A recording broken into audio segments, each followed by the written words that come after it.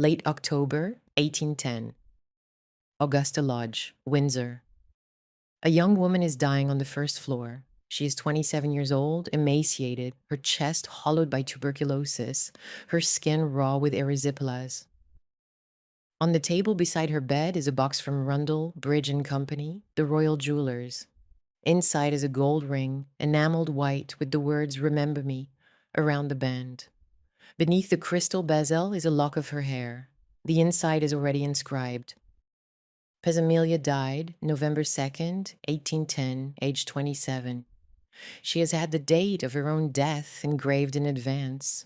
When her father visits, old, nearly blind, his mind failing, she slides the ring onto his finger. "Pray wear this for my sake," she says, "and I hope you will not forget me." He replies that I can never do. You are engraven on my heart. Within days, he will lose his mind for the last time. The dying girl was Princess Amelia, the 15th and youngest child of King George III and Queen Charlotte. The old man was the King of England. The ring was the last thing to pass between a father and the daughter whose death would break him. The family they belonged to had been built across half a century to be the most virtuous in Britain. The private reality was something else entirely. 15 children were born into that family. 2 died before the age of 5. 6 daughters were held captive in what they called the Nunnery. The sons who escaped did so through debt, scandal, and marriages their father's own law made illegal. And the only legitimate grandchild, the one person on whom the entire dynasty depended, would die in childbirth at 21. This is what the name cost every one of them. But that moment, actually that image, was the end of something that had been building for nearly half a century. And to understand how it ended, you have to go back to the beginning. Not to the madness, not to the scandals, not to the sons and daughters whose lives would unravel so publicly and so completely. You have to go back further than that. To a 17-year-old girl on a storm-battered yacht in the English Channel, playing God Save the King on a harpsichord while the waves drove her toward a country she had never seen, a husband she had never met, and a future she could not possibly have imagined. That this is the story of a family that set out to be the most virtuous in British history, and spent the next 96 years being destroyed by the very rules they created to achieve it. It is the story of 15 children, 2 dead before the age of 5, 6 daughters held captive in their mother's grief, sons broken by scandal and debt, and the impossibility of living an honest private life inside the most public family on earth. It is the story of George III and Charlotte of Mecklenburg-Strelitz, and what the name they built cost every single person who carried it. To the public, for the first 3 decades of George III's reign, the royal family was something Britain had never had before, a moral institution. The Hanoverians who preceded them had offered the country 2 generations of open mistresses, imprisoned wives, estranged sons, and continental indifference. George I had locked his wife, Sophia Dorothea, in the castle at Olden for 31 years until she died there. George II's string of mistresses, the Countess of Suffolk, Lady Deloraine, Amelie von Walmoden, were so well known that satirists made them the subject of popular prints. The court was German in character, the sympathies were continental, and the private lives of the royal family were understood to be none of the nation's business, because no one expected them to set any kind of example. George III changed that. Born on the 4th of June, 1738, he was the first Hanoverian monarch to speak English as his native tongue, the first never to set foot in Hanover.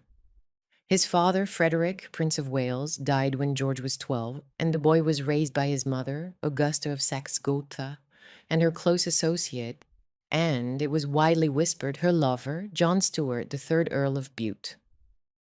Whatever the truth of that particular rumor, what is not in dispute is that Augusta and Bute between them shaped a prince who believed, with a conviction that would define his reign and devastate his children, that the British monarchy's survival depended on moral example. The institution, as George understood it, had to stand for something more than power and wealth. It had to stand for virtue, domestic virtue, the kind that could be painted and displayed and pointed to, the kind that required every member of the family to play their part, whether they wanted to or not. When George acceded to the throne on the 25th of October, 1760, aged 22, his first speech to Parliament contained a phrase that would follow him for 6 decades. "Born and educated in this country, I glory in the name of Britain." He meant it. And the first proof he offered was the sacrifice of his own heart. He had been in love with Lady Sarah Lennox, the great-granddaughter of Charles II, through his mistress Louise de Querouaille, beautiful, spirited, 18 years old, and entirely unsuitable for a king who intended to remake the monarchy's reputation. George wrote to Bute with the anguish of a young man who understood that his private feelings were irrelevant to his public duty. I am born for the happiness or misery of a great nation, and consequently must often act contrary to my passions. That line, written at 22 in the first flush of kingship and the last flush of love, tells you everything about the man who would build this family. Duty came first. Passion was a threat. Happiness was something you earned through discipline, not something you claimed through desire. He would impose that belief on every child he fathered, and it would break most of them. Bute's search for an appropriate bride, a Protestant German, politically insignificant, biddable, produced Sophia Charlotte of Mecklenburg-Strelitz. She was born on the 19th of May, 1744, at the Unteres Schloss in Miro, a small town in a small duchy in northern Germany so modest that it barely registered on the diplomatic map. She was the eighth child and youngest daughter of Duke Charles Louis Frederick and Princess Elizabeth Albertine of Saxe-Hildburghausen. Her education, by the standards of European royalty, was thin.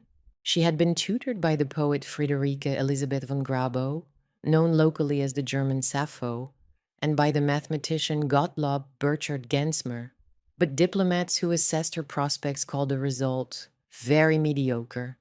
She spoke French and Latin competently, played music with genuine feeling, had modest Lutheran piety, and brought to the marriage no political connections of any consequence whatsoever.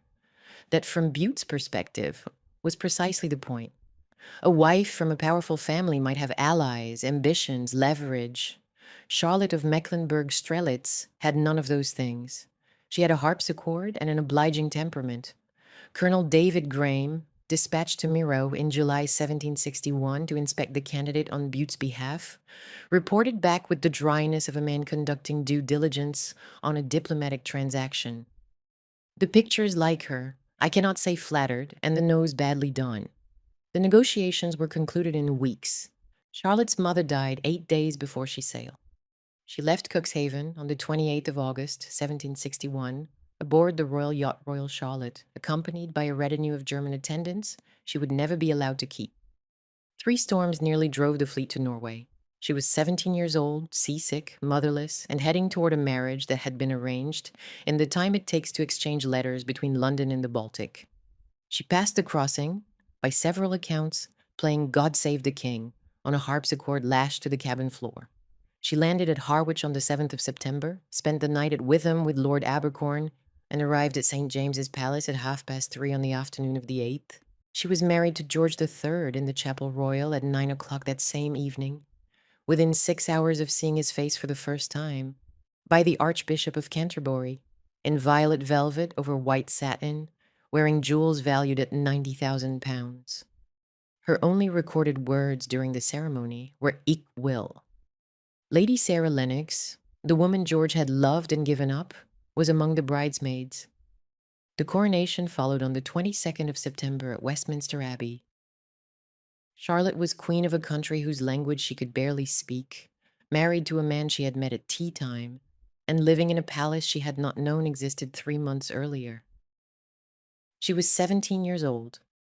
There is something about that detail, the 6 hours between meeting and marriage, the German bride who said "I will" in her own language because the English had not yet settled in her mouth, that is worth sitting with for a moment. Because everything that followed, everything this documentary will tell you about the children these two people made together, begins in the gap between what Charlotte thought she was entering and what the institution actually demanded. She expected a marriage. She got a program.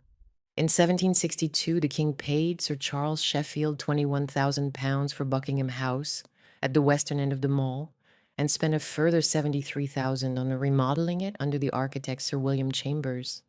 It was renamed the Queen's House and settled on Charlotte by Parliament in 1775. 14 of their 15 children were born there. The family moved seasonally between the Queen's house, the White House, and Dutch house at Kew, where Charlotte would eventually die sitting upright in a horsehair armchair, and from 1778, the Queen's Lodge at Windsor, a modest domestic building George had constructed because he felt the state apartments lacked the warmth the family needed. The houses told you what the family was for. They were not palaces of display. They were nurseries of virtue, plain, cold, functional, and utterly controlled. The Civil List Act of 1760 had surrendered the Crown's hereditary revenues to Parliament in exchange for a fixed annuity of £800,000, an actual reduction from George II's allocation of £876,000, and one that fell into arrears of over £500,000 by February 1769. On this squeezed financial base, the couple imposed a regime of domesticity that was simultaneously admirable and suffocating. George wrote farming essays under the pseudonym Ralph Robinson in the Annals of Agriculture. He collected astronomical instruments, clocks, and 65,000 books, the collection that would become the nucleus of today's British Library, housed now in a 6-story glass tower at St. Pancras. He founded the Royal Academy of Arts in 1768. Charlotte patronized botany, worked with Joseph Banks on the development of the gardens at Kew, and maintained her own menagerie and dairy. They ate plain food, kept early hours, dressed simply, and expected everyone around them, the servants, courtiers, and above all children, to do the same. The ideology they imposed on their offspring was an inverted image of the previous 2 generations' scandals. Simple meals, cold rooms, early bedtimes, punctuality, daily religious observance, industrious boredom, and above all, absolute parental authority over every dimension of their children's private lives. The princes were placed under tutors whose methods would now be recognized as systematic cruelty. Lord Holderness, the Bishop of Worcester Richard Hurd, and the Archbishop of York William Markham flogged the boys into literacy and submission. The regime at Kew was one of isolation, cold baths, restricted food, and corporal punishment for any failure of discipline or deportment. The princesses were given no tutors of comparable severity, but their confinement was, in its own way, worse. They were taught needlework, drawing, music, and the unspoken expectation that they would remain at their mother's side, unmarried and available, until such time as a suitable German prince could be found and their father's consent obtained. As late as 1805, when the youngest surviving princess was 22 and the eldest nearly 40, George III said to Lady Harcourt with a candor that revealed the depth of his need and the blindness of his love, "I cannot deny that I have never wished to see any of them marry. I am happy in their company and do not in the least want a separation." That sentence is the key to everything that follows. The model family was never a partnership, it was a possession. And the children, from the moment they were born, were its inventory.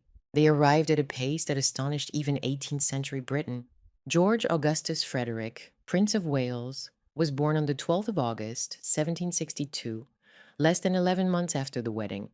Frederick followed on the 16th of August, 1763. William on the 21st of August, 1765. Charlotte Augusta Matilda, the Princess Royal, on the 29th of September, 1766. Edward on the 2nd of November, 1767. Augusta Sophia on the 8th of November, 1768. At her birth, George III, hearing the physician Dr. Hunter murmur something about the disappointment of another girl, reportedly replied, "Whoever sees that lovely child, the Princess Royal above stairs, must wish to have the fellow to her." Elizabeth on the 22nd of May, 1770. Ernest Augustus on the 5th of June, 1771. The Queen, it was recorded, was in labor for a quarter of an hour. Augustus Frederick on the 27th of January, 1773. Adolphus Frederick on the 24th of February, 1774. Mary on the 25th of April, 1776. Sophia on the 3rd of November, 1777. Another swift delivery, the Queen herself noting, "I was taken ill and delivered in the space of 15 minutes. Octavius on the 23rd of February, 1779. Alfred on the 22nd of September, 1780. And finally, Amelia on the 7th of August, 1783. The 15th child, the last, conceived in the grief of Octavius's death 3 months earlier. The king sat on the carpet to play with her. She was, from that first day, the center of his world. 15 children in 21 years, 7 sons and 6 daughters who would survive infancy, plus 2 boys, Alfred and Octavius, who would not. By the early 1780s, Johann Zoffany had painted them as the ideal domestic unit. Cherubic children in miniature Roman dress, Charlotte at her dressing table, the king genial and approachable, the whole composition designed to say to the British public that this family was safe, this family was good, this family was nothing like what came before. And for a time, the public believed it. But behind the Zoffany paintings, the children were growing into people, with temperaments their parents had not anticipated, desires the program could not accommodate, and futures that would one by one collide with the family's unyielding rules. George, the eldest, was everything his father was not: charming, cultured, fluent in French, German, and Italian, theatrical, extravagant, vain, and dishonest. By 17, he had taken his first mistress. By 21, he was installed at Carlton House, the London residence his father had reluctantly granted him, running up debts that would eventually reach £630,000. He was brilliant and destructive, capable of extraordinary generosity and extraordinary cruelty, a man who could quote Shakespeare and betray the woman he loved in the same evening. Frederick, the second son, was his father's acknowledged favorite, blunt, genial, loyal, a gambler and racehorse owner, but politically honest, and the only one of the brothers the Prince of Wales trusted completely. William was coarse, hot-tempered, and profane. Put into the Royal Navy as a midshipman at 13, he met Horatio Nelson in the West Indies and formed a friendship that would last decades. He was known to the press as Silly Billy, and the name was not entirely unfair. Edward was rigid, a military martinet dispatched at 17 to the brutal Baron Wangenheim at Lüneburg, who pocketed the boy's £6,000 allowance and left him £1.50 per week. Edward emerged from that education a man who flogged soldiers with 400 lashes for trivial offenses in dress, whose troops mutinied against him at Gibraltar on Christmas Eve, 1802, and who would live for 28 years with a French mistress he adored before abandoning her by newspaper notice for a German princess who could give him a legitimate heir. Ernest was the sinister one. Scarred by a saber cut near Tournai in 1793, half-blinded by a cannonball at Tourcoing in 1794, politically reactionary, and dogged by rumors so dark that the Duke of Wellington would later tell Greville, "He is the worst man that ever breathed. There was never a father well with his son, or husband with his wife, or lover with his mistress, or friend with his friend, that he did not try to make mischief between them." Augustus was intellectual, liberal, asthmatic, and gentle, the family's quiet conscience, who would collect 50,000 books at Kensington Palace and be the only brother to walk his niece, Victoria, down the aisle.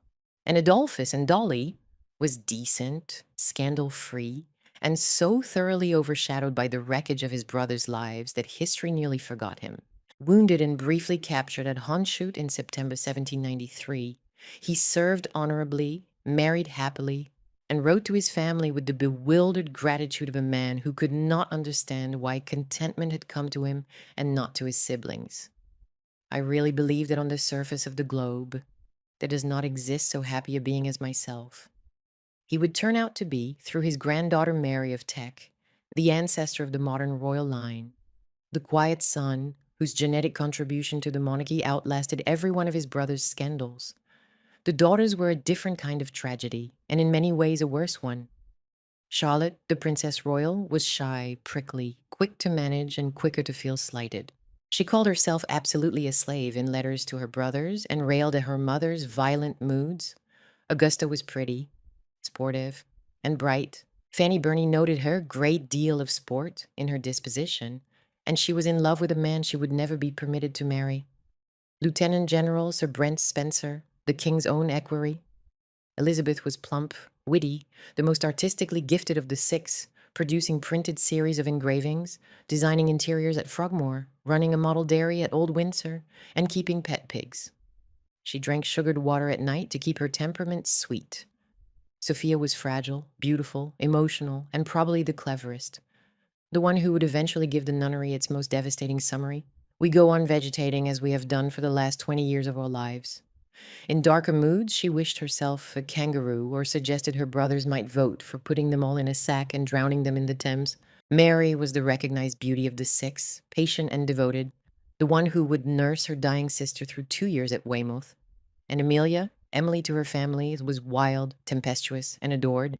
She was the last child, born into grief, and she carried with her from the beginning a particular kind of brightness that made everyone who knew her afraid of losing it. Her sisters called her the most turbulent and tempestuous of all the princesses. Her father called her nothing. He just sat on the floor beside her and played.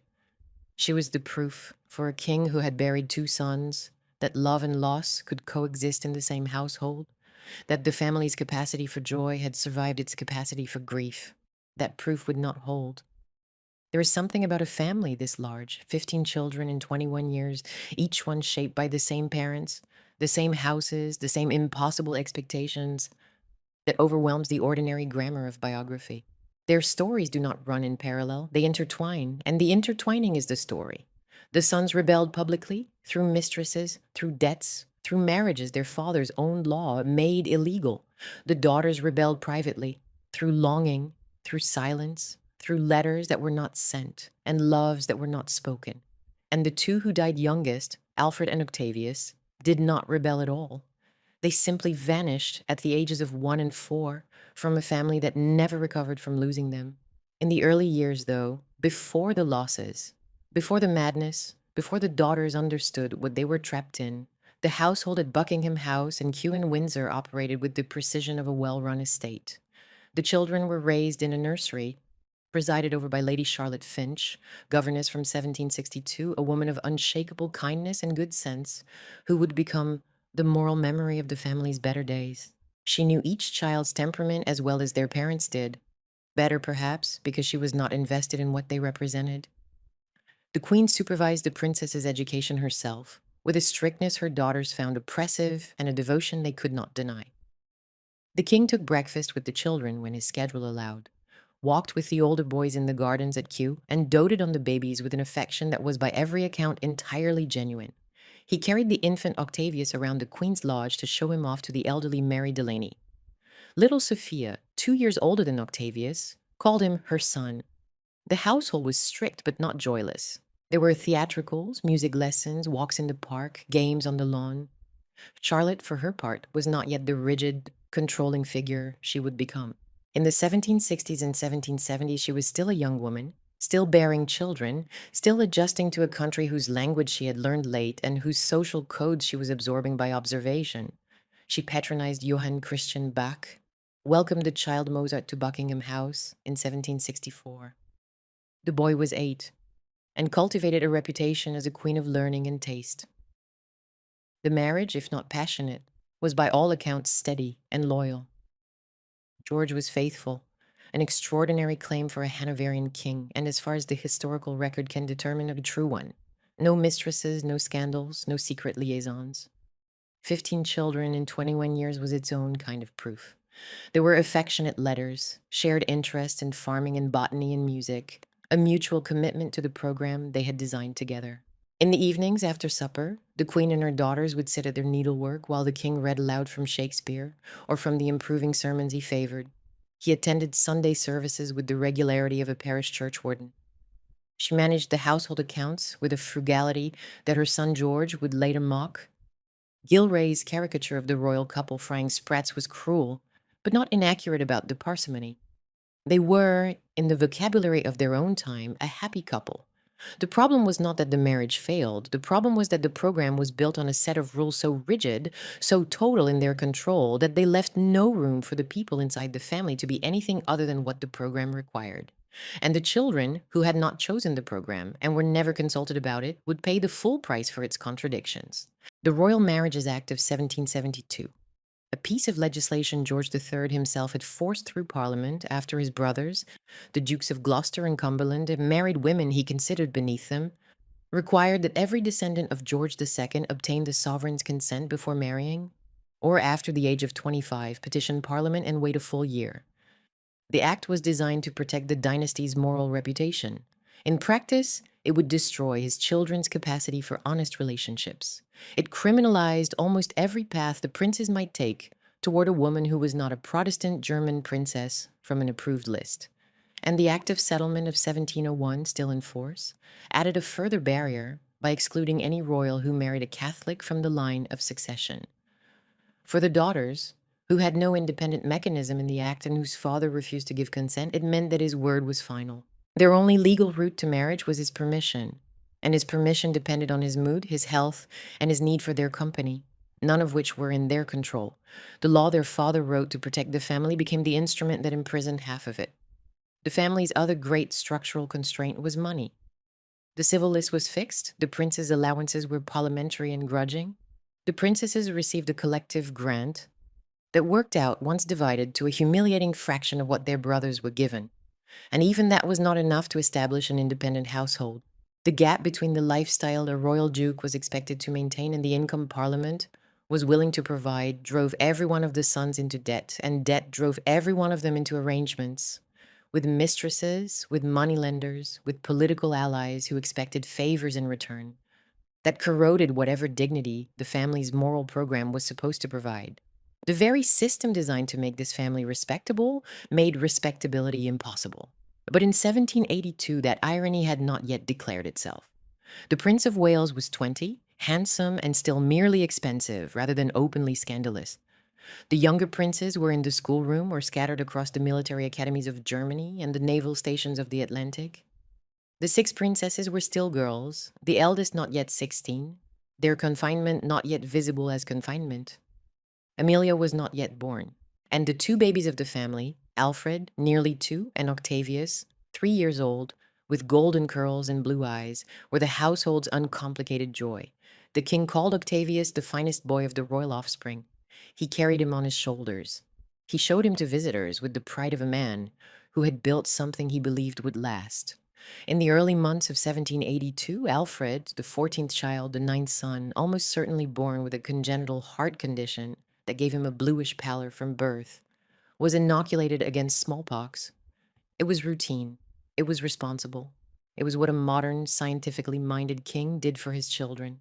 The eruptions appeared on his face and eyelids. Chest complications followed. Lady Charlotte Finch took him to Deal for sea bathing, hoping the air would help. She wrote optimistic letters. But on the 20th of August, 1782, at Windsor, 1 month short of his 2nd birthday, Alfred became the first of George III's 15 children to die. The Queen cried vastly, but told Lady Charlotte Finch that, though very reasonable, she dwelt on her good fortune in having 13 healthy children. She sent Finch a mourning locket of pearl and amethyst containing a lock of the baby's hair and the inscription, "Receive this as an acknowledgement for your very affectionate attendance upon my dear little angel Alfred." The king's grief was different. It was deeper, stranger, harder to contain. He wrote to the Bishop of Worcester, asking him to lead a private service. 3 months later, to Lord Dartmouth, he confessed that each passing day increases the chasm I feel for want of that beloved object. But he steadied himself. He had lost 1 child out of 15. Charlotte reminded herself, and one suspects reminded him, that they still had 13 healthy children. The loss was terrible, but it was, in the mathematics of 18th century infant mortality, manageable. Gainsborough was at work on a family portrait that year, and when the princesses saw the finished painting, they were reduced to tears. They had not realized the dead boy would be there, rendered in paint among the living, as though he had never gone. What George III said next, to Horace Walpole, in a sentence that would come to define the catastrophe ahead, was this: "I am very sorry for Alfred, but had it been Octavius, I should have died too." Octavius was 3 years old. He had golden curls, blue eyes, and the easy, trusting temperament of a child who has never known fear. His father carried him around the Queen's Lodge at Windsor, showing him off to visitors and to the elderly Mary Delaney, to courtiers, to anyone who would look. Little Sophia, barely 4 herself, called him her son and watched over him with a tenderness that the household found both amusing and touching. Of all the children, Octavius was the one who seemed to belong most completely to the family's better nature. The proof that love, not duty, was at the heart of what they had built. In May 1783, 9 months after Alfred's death, the family made the responsible decision. the modern decision. The decision a scientifically minded king who had already lost one son to the disease would inevitably make. They inoculated Octavius against smallpox. The procedure was carried out on the 1st of May at Kew. By every medical standard of the time, it should have been routine. Octavius died on the 3rd of May, 1783. He was 4 years old. He had survived the inoculation for 2 days.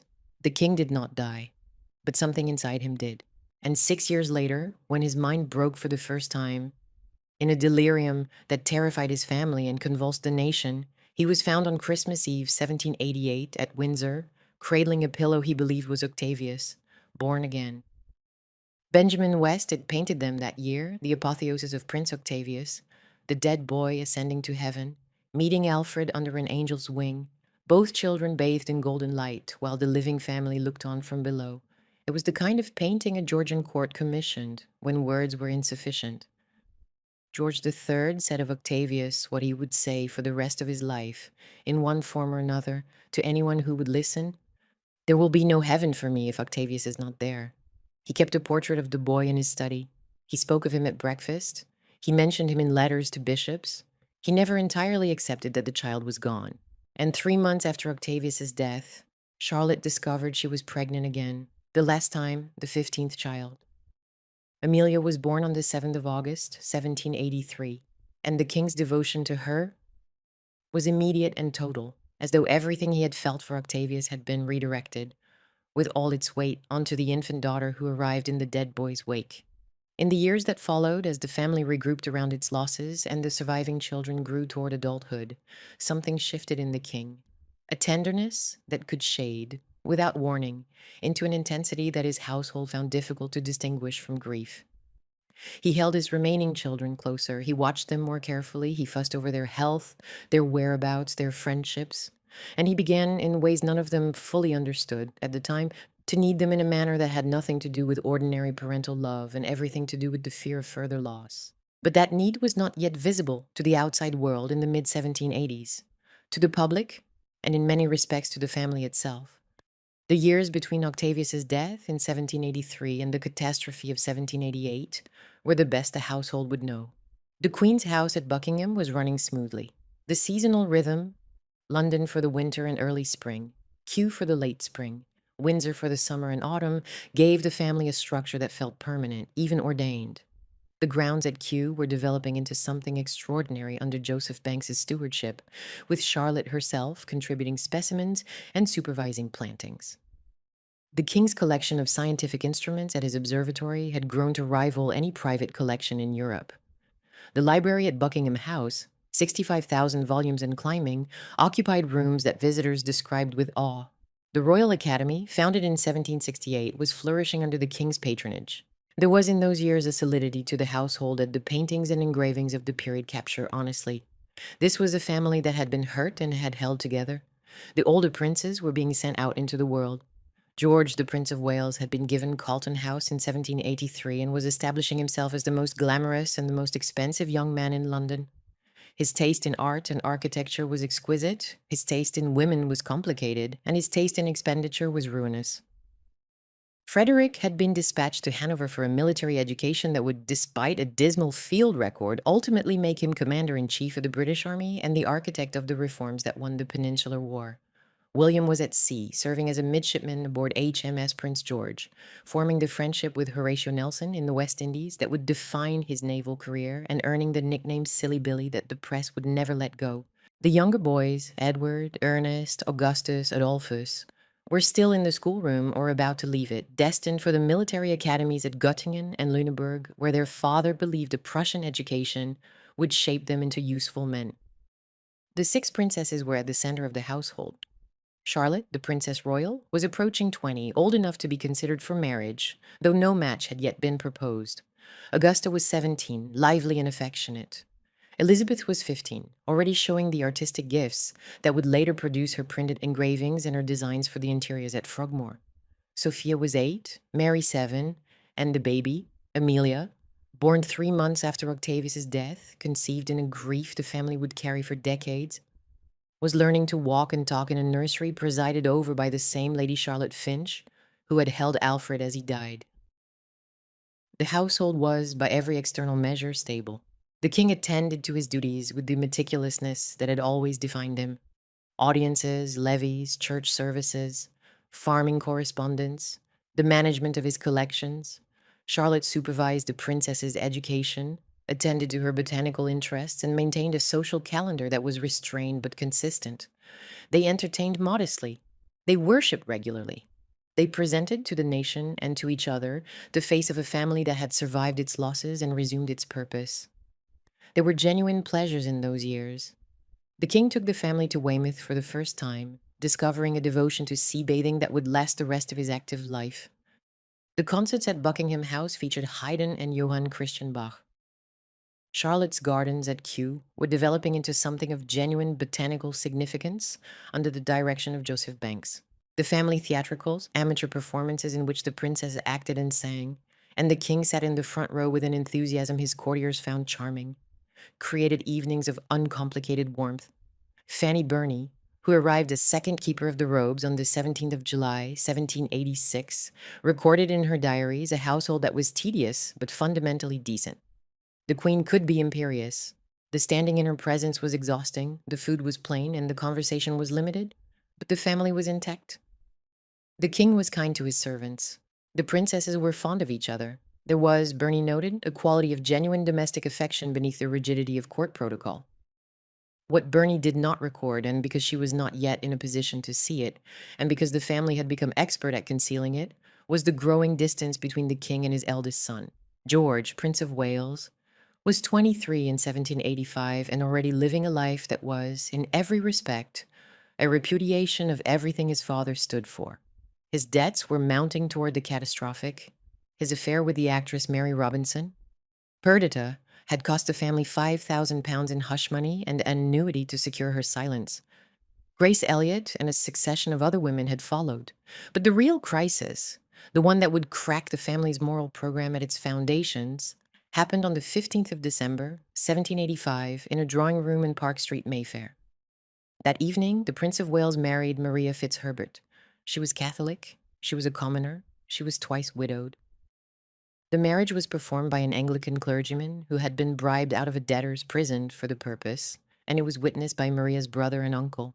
Under the Royal Marriages Act, the law George III had written specifically to prevent his descendants from making unsuitable matches, the marriage was illegal. Under the Act of Settlement, any royal who married a Catholic forfeited their place in the line of succession. The Prince of Wales knew both of these things. He married her anyway. He was in love with her desperately and genuinely, in a way he would never love another woman. He would be buried 45 years later, with her miniature around his neck, placed there on his instructions to the Duke of Wellington.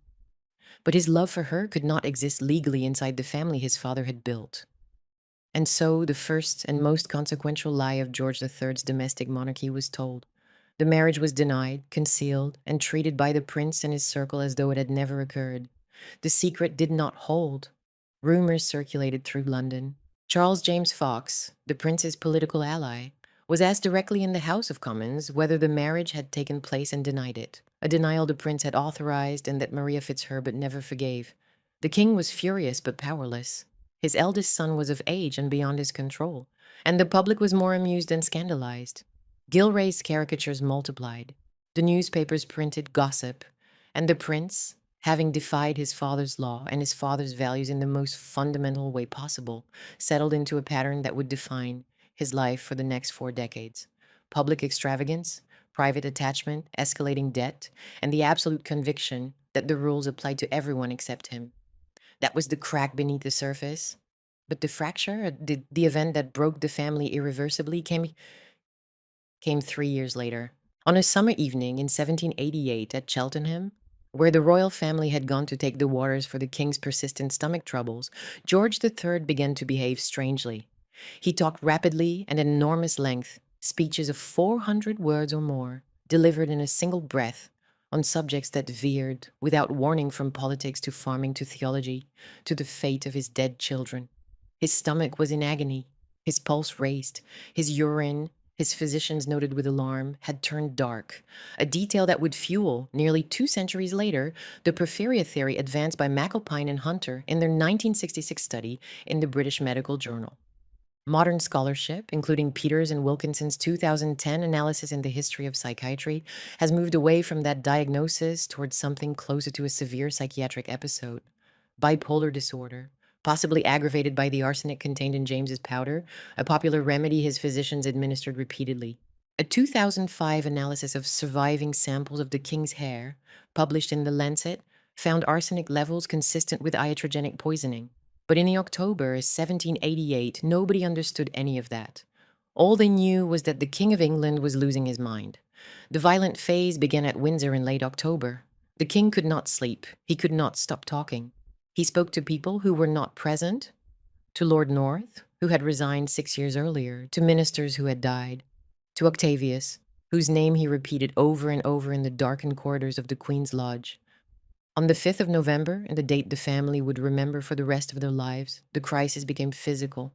At supper with the family gathered, the king seized the Prince of Wales by the collar and slammed him against the wall. There are accounts that suggest he attempted to dash the prince's head against the dining room paneling. Charlotte was hysterical. The princess fled. That night, the queen locked her bedroom door and never again shared her husband's bed. That door, that specific physical barrier between a wife and a husband whose body she no longer recognized, is the moment from which everything else in this story follows. The king was moved to the Dutch house at Kew, away from the public gaze, away from the sympathetic crowds who gathered at the gates, away from the parliamentary maneuvering that was already tearing the government apart. On the 5th of December, 1788, Dr. Francis Willis arrived from Lincolnshire, a 70-year-old clergyman who also operated a private asylum and whose methods were as straightforward as they were savage. Willis brought straitjackets. He brought a restraining chair. He brought the unshakable conviction that madness was a failure of self-control and that the cure was the forcible restoration of obedience. The king, with the grim wit he retained, even in the depths of his delirium, nicknamed the restraining chair his coronation chair. Willis would strap him into it for hours, his mouth gagged with linen, his limbs pinned, while attendants lectured him on the necessity of composure. When the king raged, Willis raged louder. When the king wept, Willis told him weeping was beneath his station. The princesses confined to the rooms above could hear everything. The political crisis unfolded in parallel. Parliament debated the Regency Bill through the bitterest winter in recent memory, Pitt arguing that only Parliament could appoint a regent and that the regent's powers must be strictly limited, Fox arguing that the Prince of Wales held an inherent right to the full exercise of royal authority. The constitutional stakes were enormous. If Fox prevailed, the prince would take control of the government, the Tories would fall, and the Whigs would rule. If Pitt prevailed, the prince would be hobbled, and the existing ministry would survive. The bill passed the House of Commons on the 12th of February, 1789. It never reached the Lords. By March, to the astonishment of his physicians and the visible dismay of the Prince of Wales, the king was recovering. His speech slowed. His eyes focused. He recognized his daughters. He asked after his farms. By April, he was well enough to dress in his robes and attend a Thanksgiving service at St. Paul's Cathedral on the 23rd of April. The bells rang across London. Illuminations lit the windows of houses from Whitehall to the city. The crowds cheered with a fervor that startled foreign ambassadors. The family appeared together in public and the nation exhaled.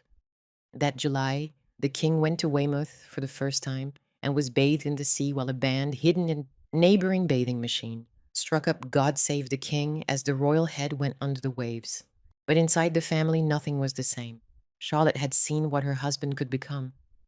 Violent, incoherent, sexually aggressive in ways the historical record alludes to but does not detail, capable of turning on the people closest to him without warning. She had locked her door. She had slept apart. She had, in those winter months at Kew, watched the man she married become someone she did not recognize and could not safely be near. The recovery did not restore the marriage. It restored the public image. George and Charlotte appeared together, smiled together, attended church together, but the intimacy was gone. The bedroom door that Charlotte locked on the 5th of November, 1788, never reopened. They would continue to share a public life for another 3 decades. They would never share a private one again. For the daughters, the first madness was a hinge. Before 1788, they were the children of a strict but loving father and a demanding but present mother. After 1788, they became something else entirely, attendants. The queen, terrified of being alone with a husband who might at any moment relapse, drew her daughters into her own rooms, her own schedule, her own constant presence. They stood when she stood. They sat when she sat. They were required to be available at all hours, to read to her, to sew beside her, to accompany her on walks and to church, and to the interminable evenings of needlework and silence that Charlotte used to fill the space where a marriage had been. The princesses, who ranged in age from 22 to 5 at the time of the first madness, were not asked whether they consented to this arrangement. They were not consulted about their futures. They were absorbed, gradually and then completely, into the service of a woman who could not bear to be without them, because the man she had married was, in every way that mattered, already gone.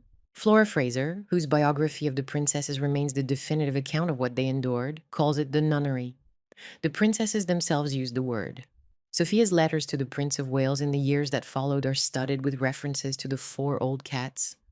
At the nunnery, to the vegetating that constituted their daily life, to the impossibility of meeting anyone, going anywhere, or doing anything that the Queen had not personally approved. Augusta wrote to her brother with the particular anguish of a woman in love.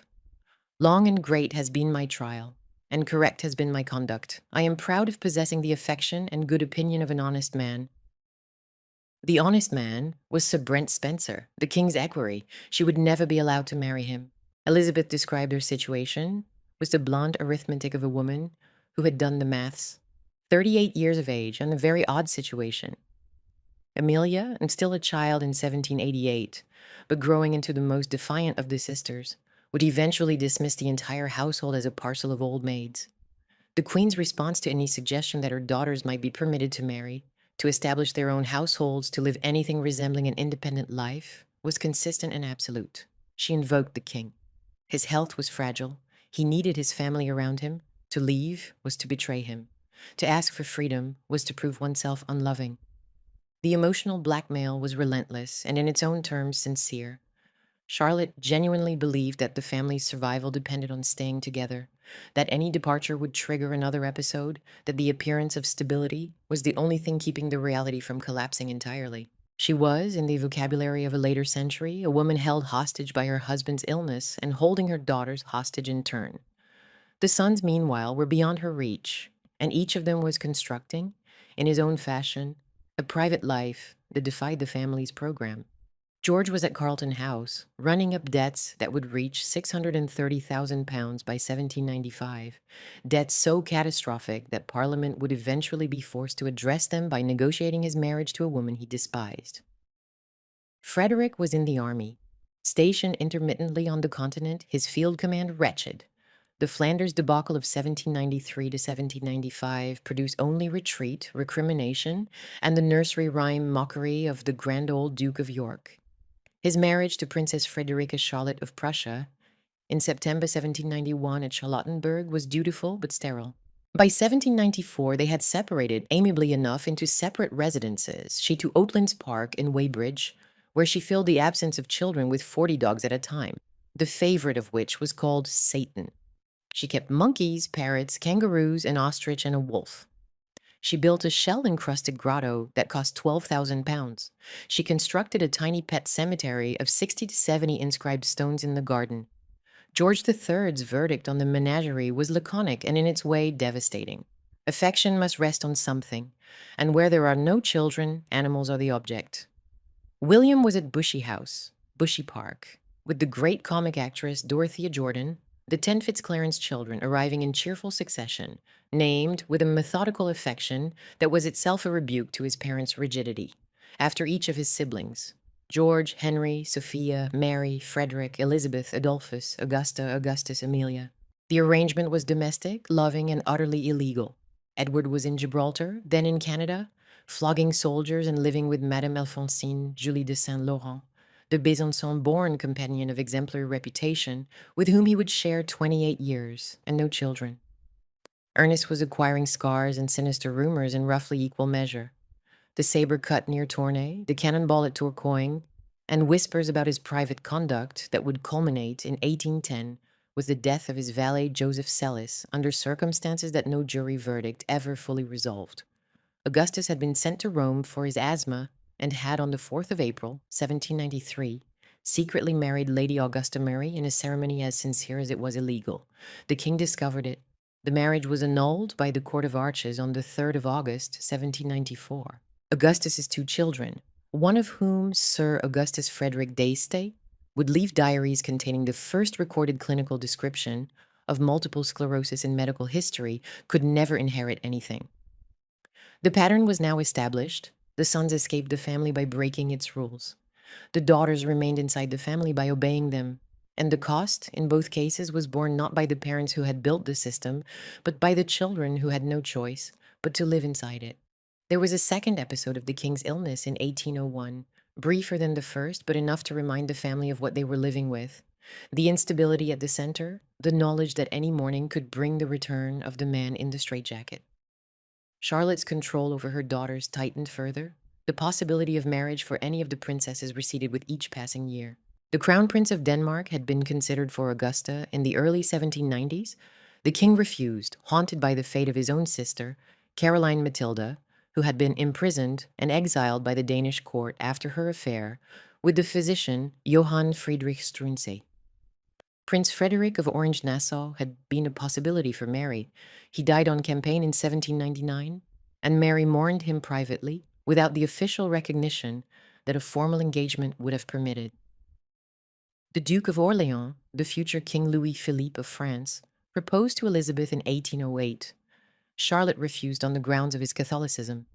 Each refusal narrowed the princess's world further. Each passing year made the nunnery feel less like a temporary arrangement and more like a life sentence. And then, in the summer of 1800, at Weymouth, the arrangement produced its most devastating secret. Sophia was 22 years old. She had spent her entire adult life inside the nunnery. No suitors, no prospects, no legitimate path to any kind of relationship beyond the walls of her mother's drawing room. She had been, by the account of her lady-in-waiting, so violently in love with Major General Thomas Garth, her father's equerry, 33 years her senior, with a large port wine birthmark covering one eye that Mary had nicknamed the purple light of love, that she could not contain herself in his presence. Garth was not handsome. He was not young.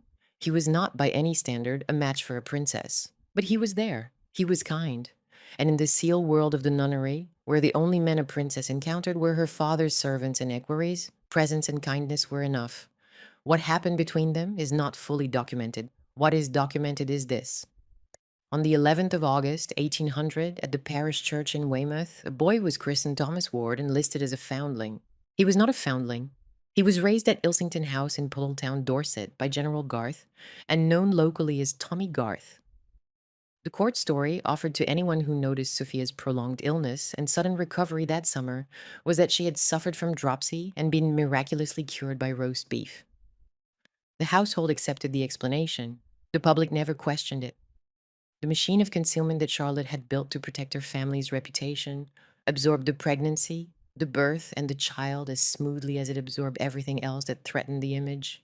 The truth, or the closest thing to it that surviving evidence permits, was that a princess of the blood royal, confined inside the most morally rigorous court in Europe, forbidden from meeting men unchaperoned, denied any possibility of a legitimate relationship by her father's law and her mother's need, had become pregnant by a man more than 3 decades her senior and given birth in secret, while the household looked away. There is a darker layer to the story, one the historians have debated for 2 centuries.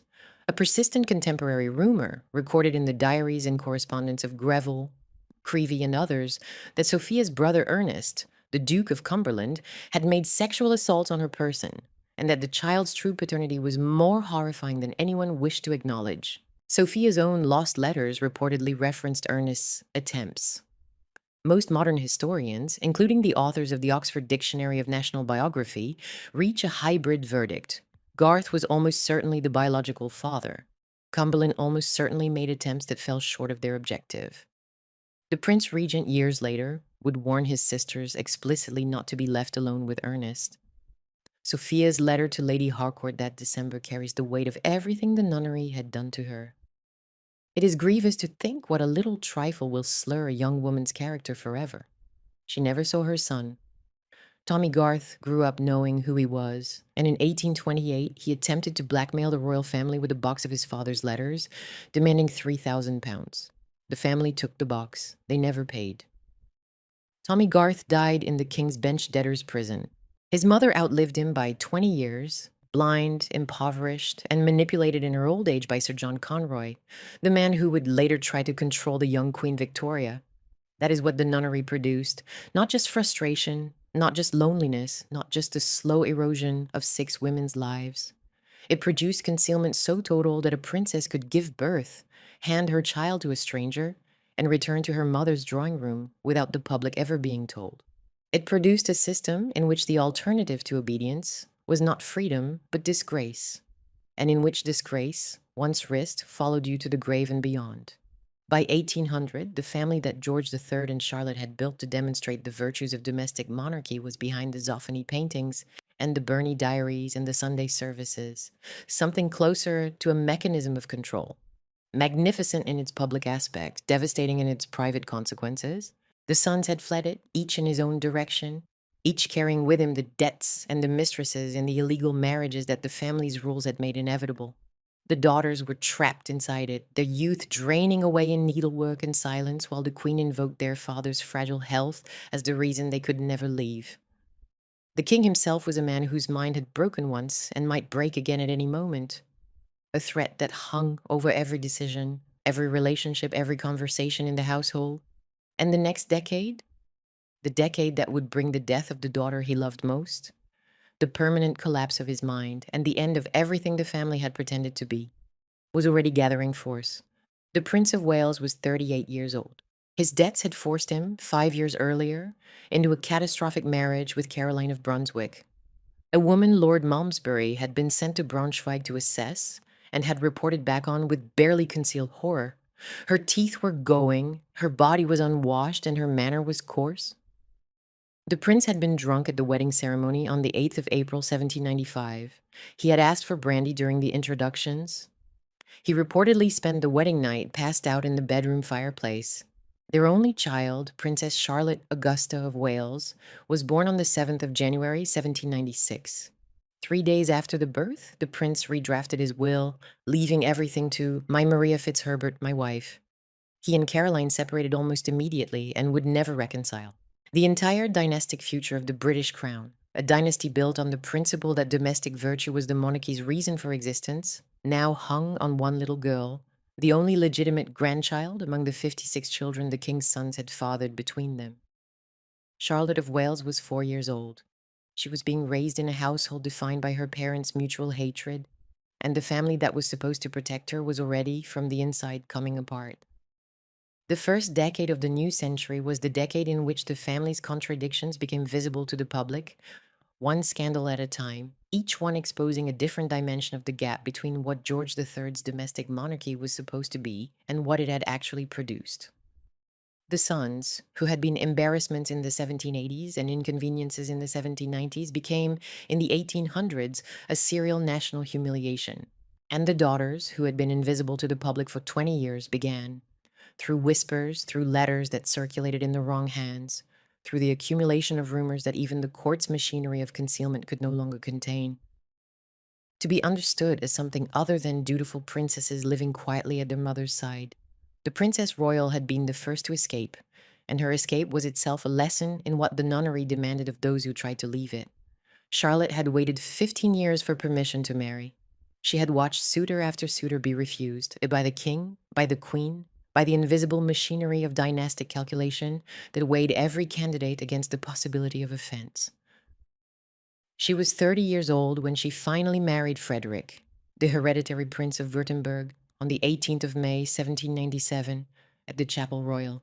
The bridegroom was not what anyone would have chosen under other circumstances. He stood 6 feet 11 inches tall, weighed nearly 200 kilograms, and his first wife, Augusta of Brunswick, a princess whose own family had reason to question what happened to her, had died in a Russian asylum in Lode under circumstances that were never satisfactorily explained. Napoleon, who would later make Frederick a king, offered his own assessment. God had created the prince to demonstrate the utmost extent to which the human skin could be stretched without bursting. Charlotte took the match. She took it gratefully. She bore a stillborn daughter in April 1798, became a devoted stepmother to Frederick's surviving children, and settled into a life in Stuttgart that was, by Flora Fraser's account, probably the happiest of any of the 6 sisters. She wrote to her brothers with warmth and occasional wit. She managed her husband's court with a competence that surprised those who had known her only as the nervous, prickly girl of the nunnery years. But she never lived in England again. When she returned to visit in 1827, so dropsical and swollen that her sister Augusta wrote, "Had I not had the picture previous to seeing her, I should not have guessed it was her. The family she had left behind was unrecognizable. That was the price of escape. You got out, but you could not come back to what you had left." For those who remained, the first decade of the new century wrought a deepening of every pattern the family had established. The Son's scandals accelerated with a rhythm that was almost mechanical, each one exposing a different failure of the system George III had built. Edward, the Duke of Kent, had been recalled from Gibraltar in 1803 after his troops mutinied against him on Christmas Eve, 1802, the culmination of a regime so brutal that soldiers under his command faced 400 lashes for trivial faults in dress and the statutory maximum of 999 for desertion. He retained his governor's salary without residence, a peculiarly Georgian arrangement by which disgrace did not impede income, and continued his 28-year domestic life with Madame de Saint-Laurent in a succession of rented houses across Europe. He was 40 years old, deeply in debt, devoted to a woman he could never marry, and presiding over a military record that was the subject of open ridicule. Frederick, the Duke of York, fell harder and more publicly. In January 1809, the radical member of Parliament Gwilym Lloyd Wardle stood up in the House of Commons and accused Frederick of corruption, specifically of allowing his mistress, Mary Ann Clarke, to sell army commissions from his bed at their house in Gloucester Place. Clarke, a former courtesan of considerable intelligence and no discretion, had been pinning the candidates' names to the headboard of the bed she shared with the commander-in-chief of the British Army, the better to remember who had paid and who still owed. The parliamentary inquiry that followed was a sensation. Clarke was a devastating witness, cool, specific, and entirely willing to describe the domestic arrangements of a royal duke in open session. Frederick resigned on the 18th of March, 1809. The king, by then deep in the fog of recurring illness, barely registered the event.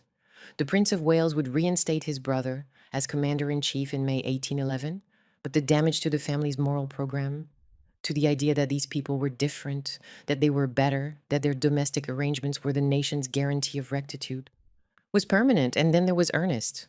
The Duke of Cumberland's private life had always attracted rumor, but the Sellis case of 1810 turned rumor into national obsession.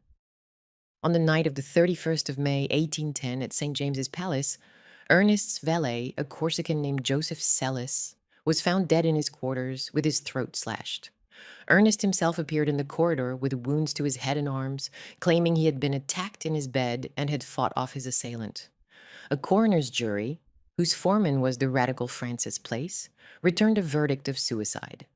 The public did not believe it. The press, the pamphlets, the caricatures generated a cascade of counter-narratives that Ernest had seduced Mrs. Sellis and been discovered, that Ernest had been involved in a homosexual relationship with his other valet, a man named Neil, and that Sellis had threatened to expose it, that Ernest had killed Sellis to prevent blackmail, that the wounds on Ernest's own body were self-inflicted. None of these theories was ever proved. None was ever definitively refuted. The case hung over Ernest for the rest of his life, and it darkened the family's name in a way that no amount of moral programming could address. Wellington's private verdict, delivered to Greville nearly 2 decades later, was unsparing. He is the worst man that ever breathed. By 1810, the family George III had built to redeem the monarchy's reputation had produced, in its male line alone, a prince who had married illegally and spent £600,000 he did not have, a duke whose mistress sold commissions from the royal bed, a duke whose valet had died under circumstances that no one believed, a duke whose troops had mutinied against his cruelty, a duke who had secretly married a commoner and had 2 children the law refused to recognize, and a 4th duke, William, the only one whose domestic arrangements were genuinely happy, who was about to do the single most destructive thing any of them would do to a woman who loved him. William had been living with Dorothea Jordan for 20 years. They had 10 children together, the Fitzclarences, named with a methodical affection that was itself a rebuke to the family's rigidity: George, Henry, Sophia, Mary, Frederick, Elizabeth, Adolphus, Augusta, Augustus, Amelia.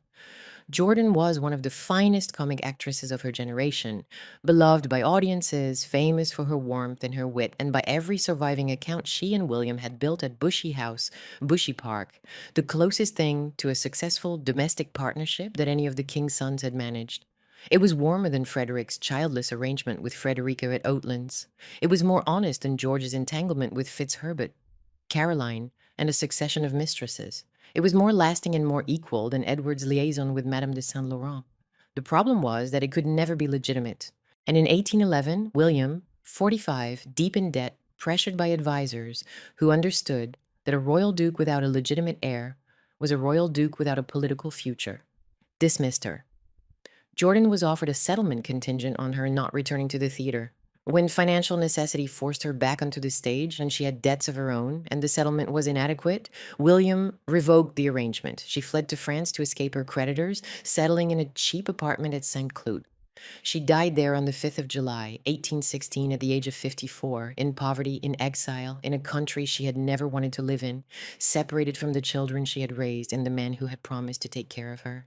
Her parting letter to William contained a single question that carried the weight of everything the nunnery and the act and the civil list had done to this family's capacity for honest love. Could you believe, or can the world believe, that we never had for 20 years the semblance of a quarrel? The world could believe it. That was the tragedy.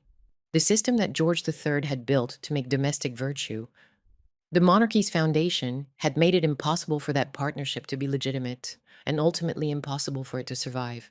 The same rules that imprisoned the daughters imprisoned the sons, not inside the palace walls, but inside the legal and financial structures that made every relationship either illegal, unsustainable, or both. While the sons destroyed their reputations in public, the daughters continued to endure the nunnery in private. And it is worth pausing here, because the story of these 6 women is not a footnote to the story of their brothers. It is the heart of it. The sons' scandals were loud, public, politically consequential, and ultimately recoverable. A duke could survive a mistress, a gambling debt, even a parliamentary inquiry. The daughter's suffering was quiet, domestic, invisible, and permanent. What was taken from them could not be given back. Their daily life had a monotony that their letters describe, with a bitterness their mother never saw, because the letters were sent to their brothers, not to the queen. They rose early. They attended morning prayers. They sat with the queen in her drawing room, standing whenever she stood, which was often and for hours at a time. They sewed. They read aloud from books the queen selected. They accompanied Charlotte on walks in the grounds at Windsor, walks that followed the same route, at the same pace, at the same hour every day. They dined with the queen. They sat with her again in the evening, the conversation moving with glacial predictability through the same subjects, the garden, the weather, the king's health. They went to bed when she dismissed them. There were no visitors who had not been vetted and approved. There were no outings that had not been sanctioned in advance. There were no conversations with men who were not servants, physicians, or equerries of the king. And even those conversations took place under observation. The years between 1800 and 1810 were, for the princesses, the decade in which frustration curdled into something closer to despair. Augusta was in her late 30s, still in love with Sir Brent Spencer, still unable to act on it. In 1812, she would draft a letter to the Prince Regent, begun in March, revised obsessively for 3 months, not sent until June, in which she laid bare the cost of her obedience with a directness that must have taken years to summon. Long and great has been my trial, and correct has been my conduct. I am proud of possessing the affection and good opinion of an honest man. The honest man was her father's equerry. He was of good family, but not royal blood. The queen refused to consider the match.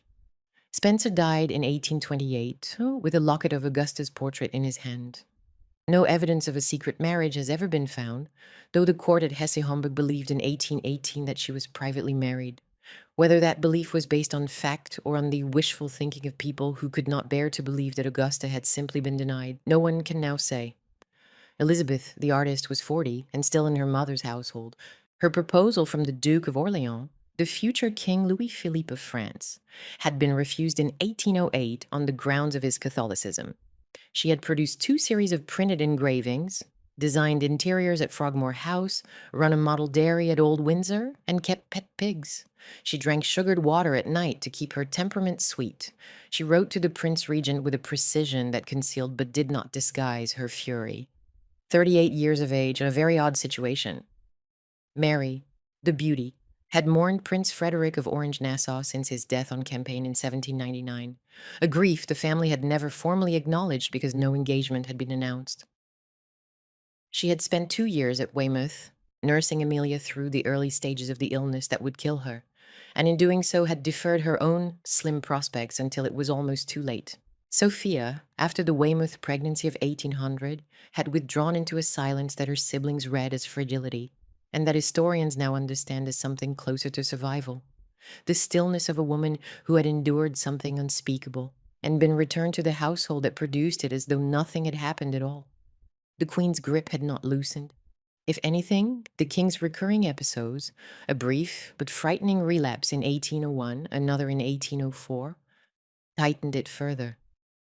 Each episode reminded Charlotte of what she stood to lose, and each recovery was interpreted not as a reprieve, but as proof that constant vigilance was the only thing keeping catastrophe at bay.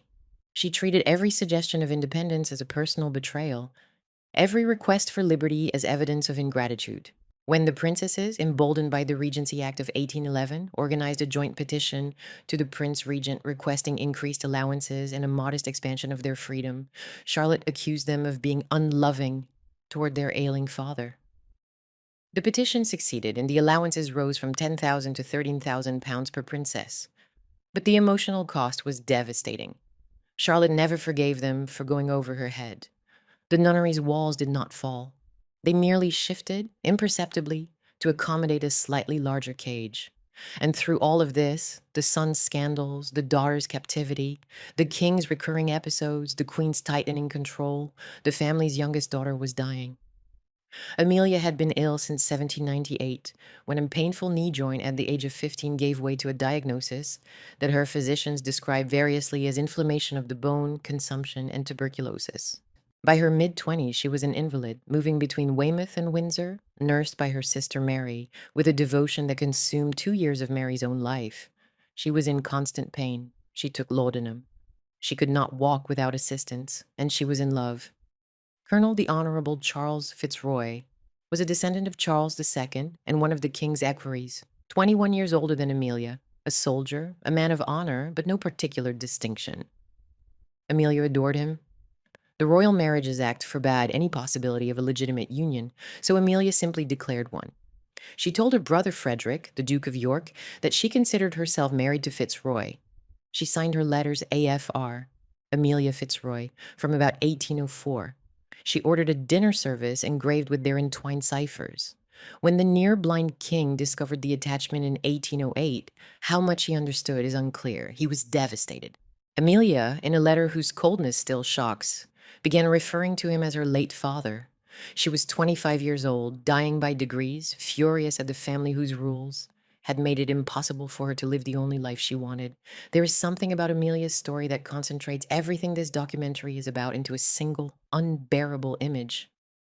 She was the 15th child, born into grief, adored beyond measure, and trapped by the same system that had trapped all her siblings. Except that in her case, the trap was not just emotional. It was physical. The disease was killing her. The law was preventing her from spending her remaining time with the man she loved, and the family that worshipped her could do nothing but watch. In the late summer and autumn of 1810, the decline accelerated. Amelia was moved to Augusta Lodge at Windsor.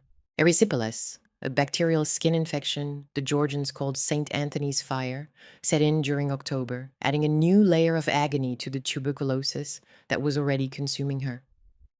She was 27 years old, emaciated, in constant pain, and aware that she was dying.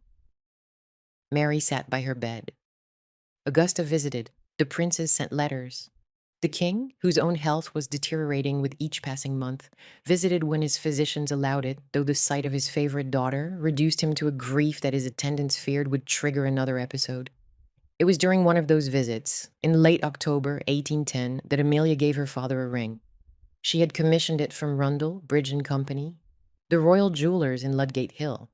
It was a gold hoop, enameled white with the words, "Remember me," in gold letters around the band.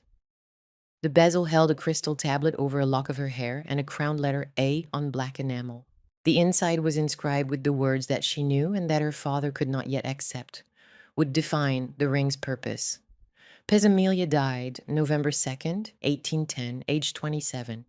She had ordered the inscription in advance. She knew the date was coming. She slipped the ring onto her father's finger. "Pray wear this for my sake," she said, "and I hope you will not forget me." The king looked at his daughter, the child he had sat on the floor to play with, the baby conceived in Octavius's death, the girl whose brightness had been the family's last proof that love was still possible inside the machine they had built, and replied, "That I can never do. You are engraven on my heart," and he burst into tears. Amelia died at Augusta Lodge, Windsor, on the 2nd of November, 1810. She was 27 years old. Every shop in Windsor closed for her torchlit funeral on the 13th of November. She left everything in her will to Charles Fitzroy. The Prince Regent persuaded Fitzroy to renounce the jewels in favor of Princess Mary. Fitzroy was not invited to the funeral. 52 copies of the Remember Me ring were eventually made and distributed to the family and their closest associates. 4 days before she died, the king had been overheard murmuring, in a moment of terrible clarity, "This was occasioned by poor Amelia." He was right. The illness that followed Amelia's death was not like the previous episodes. It was not temporary. It was not a storm that could be weathered and survived. It was not something Willis's straitjackets and restraining chairs and forced composure could force back into remission. By mid-November 1810, the king was raving, talking incessantly, weeping, addressing Octavius and Alfred and Amelia as though they were standing in the room with him, conducting conversations that ranged across decades and continents and touched on people who had been dead for years. The physicians were summoned. The straitjacket was produced.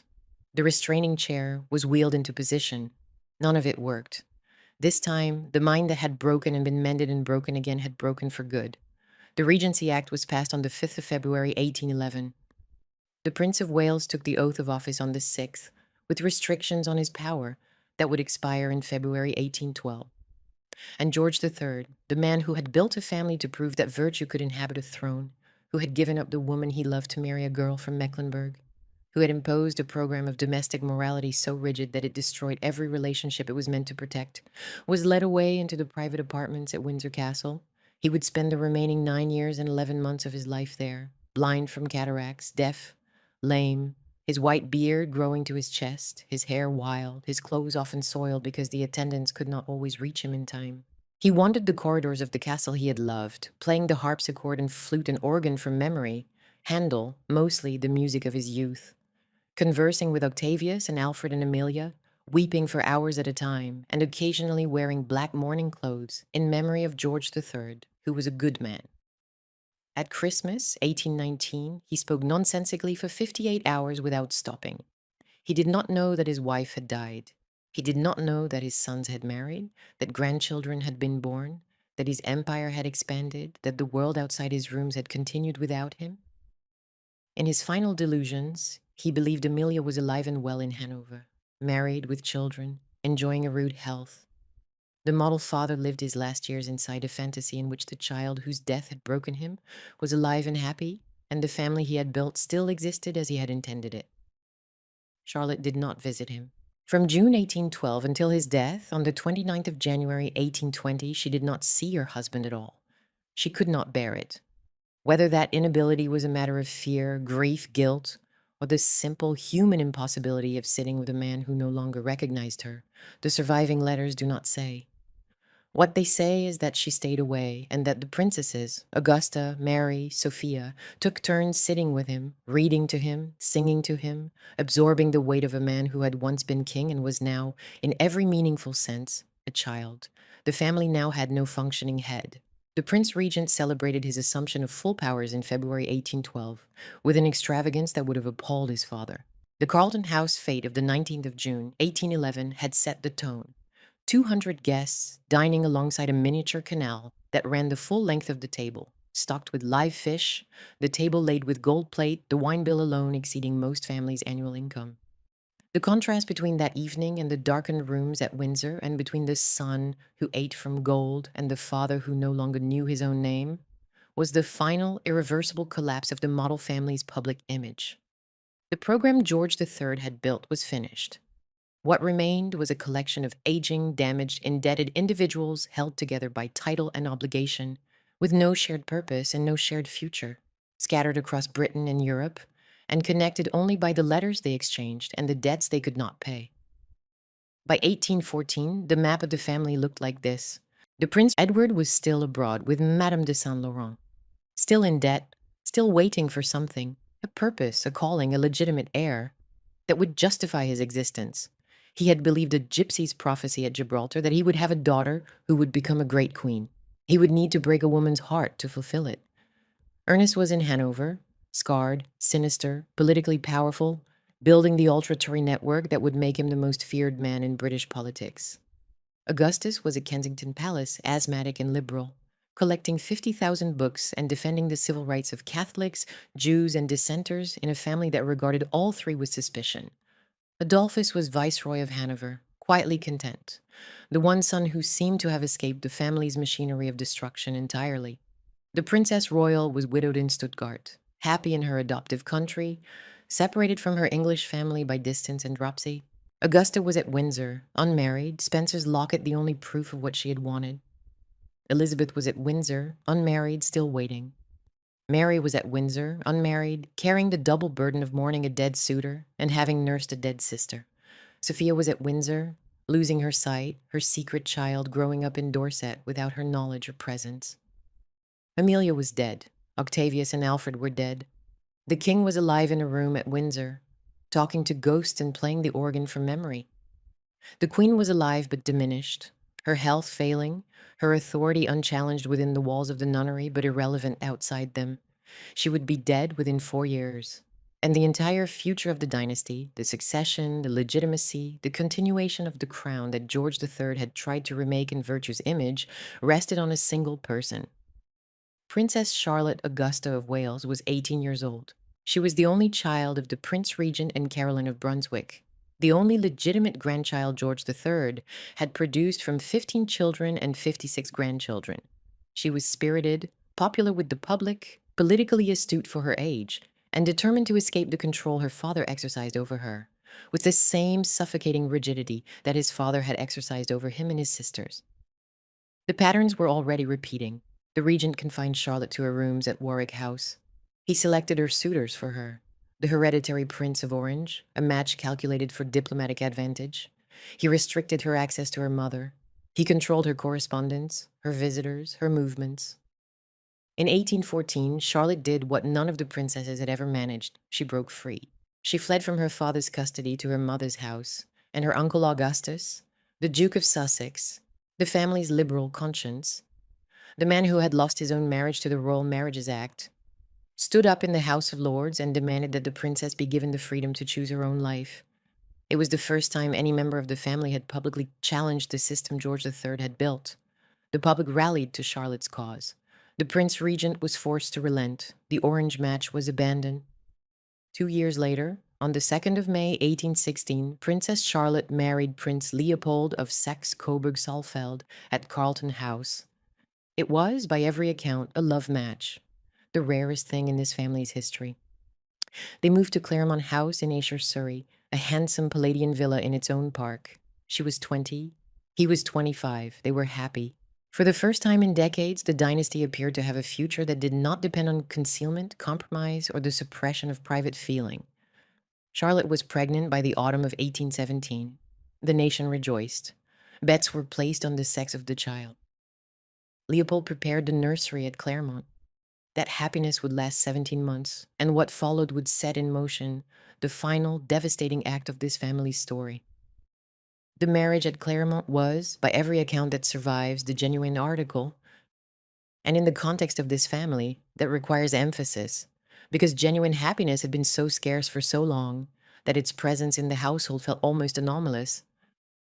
Leopold of Saxe-Coburg-Saalfeld was 25, handsome in a measured continental fashion, deeply in love with his wife, and possessed of a steadiness that the Hanoverian family had not produced in 3 generations. He had arrived in England with almost nothing, a minor German prince, the youngest son of a small ducal house, whose military career in the Russian and Austrian armies had given him the Order of Alexander Nevsky, a steady nerve, and no fortune whatsoever. Charlotte had chosen him against her father's wishes. The regent had wanted the hereditary Prince of Orange. a diplomatic match that would have bound Britain to the Netherlands and kept Charlotte under her father's political influence. Charlotte refused the arrangement. She broke off the Orange engagement in June 1814, endured the regent's fury, and waited until Leopold returned to London in February 1816 to make her own choice. She was, in this respect, the first member of the family in 2 generations to assert that private feeling had a legitimate claim on public duty. The wedding took place at Carlton House on the 2nd of May, 1816 in the evening. The couple moved to Claremont House the following day.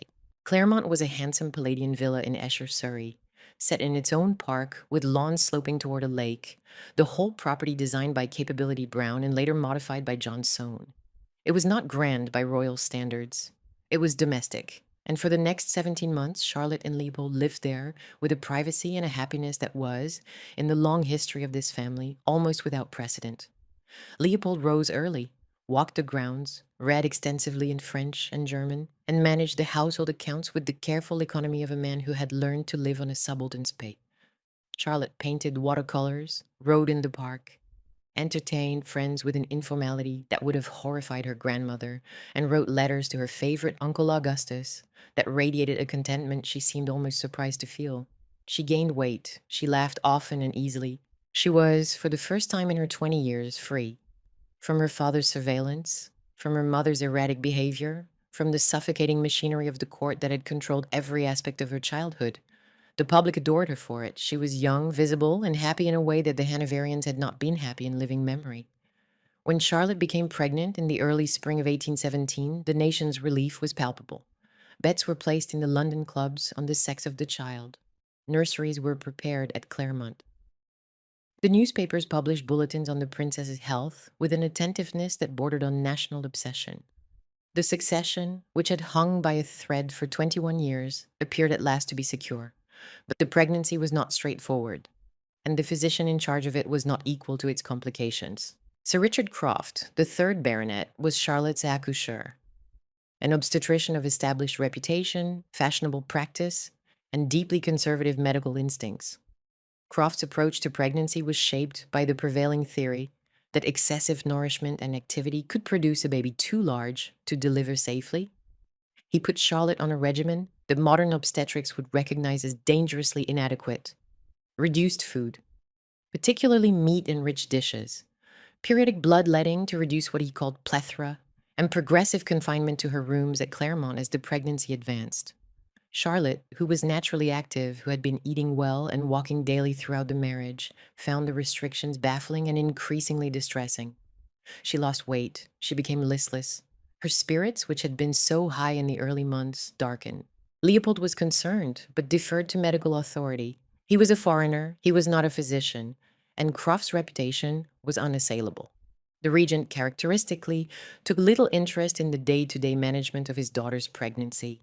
The queen was far too ill to be consulted, and the princesses at Windsor, Augusta, Mary, Sophia, who might have offered the practical wisdom of women who had spent decades in close proximity to childbirth, illness, and the particular dangers of the royal constitution, were not invited to Claremont and did not insist on coming.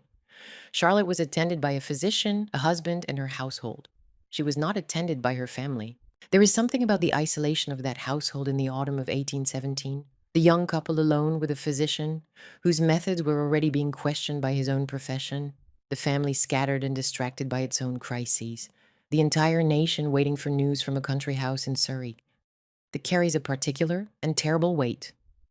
Everything the documentary has described up to this point, the model family, the nunnery, the son's scandals, the madness, the deaths of Alfred and Octavius and Amelia, the program of domestic virtue that consumed everyone it was meant to protect, had produced, as its single, tangible, dynastic achievement, this one young woman.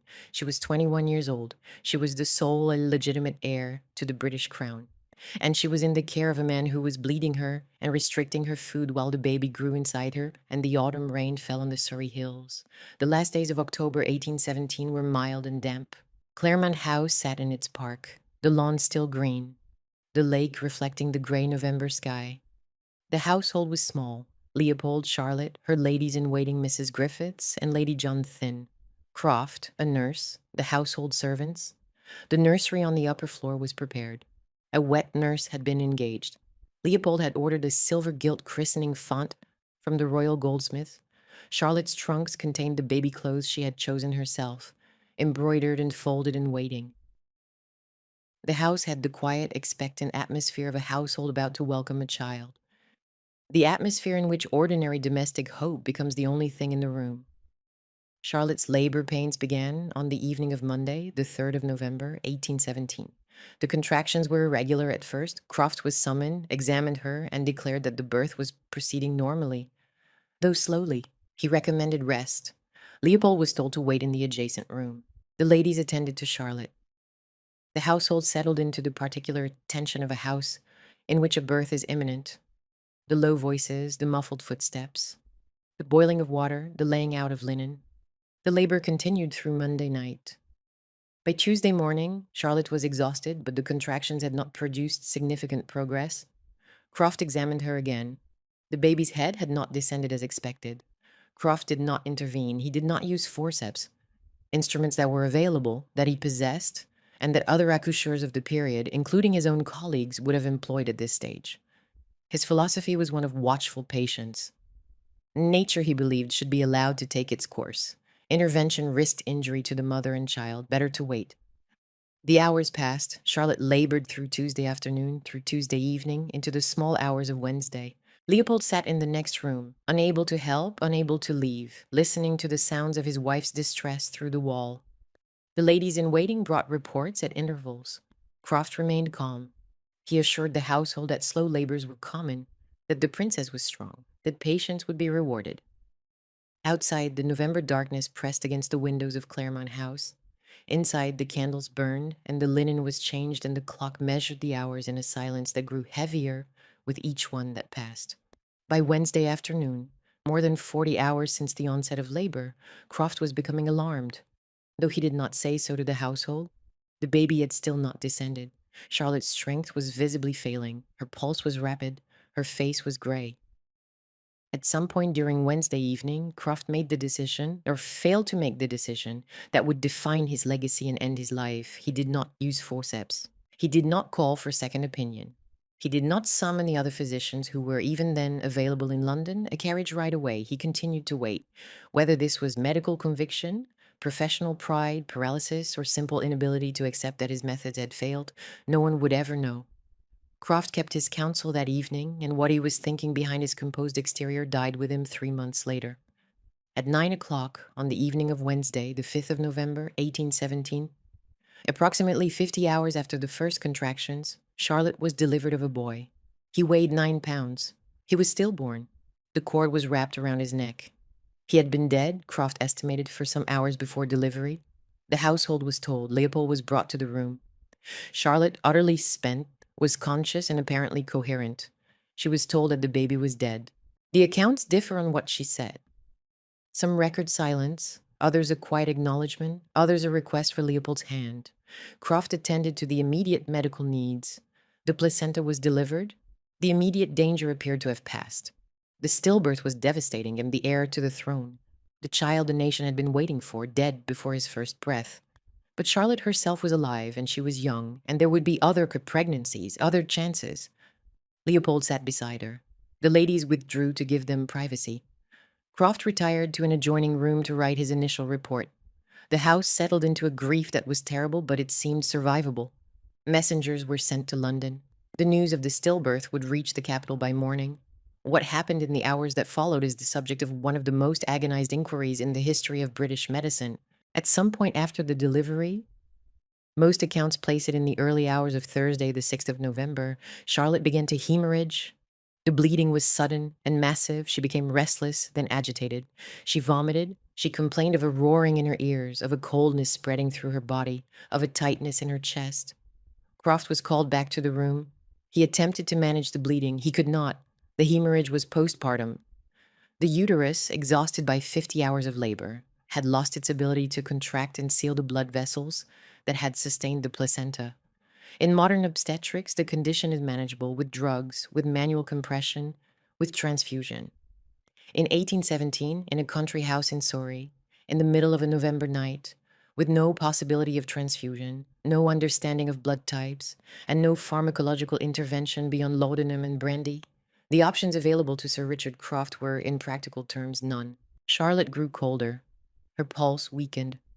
Leopold was brought back to the room. The ladies wept. Croft worked with his hands and his linen and the few instruments at his disposal. It was not enough. It was nowhere near enough. Princess Charlotte of Wales died at Claremont House in the early hours of Thursday, the 6th of November, 1817. She was 21 years old. She had been in labor for approximately 50 hours. She had delivered a stillborn son who might have been king.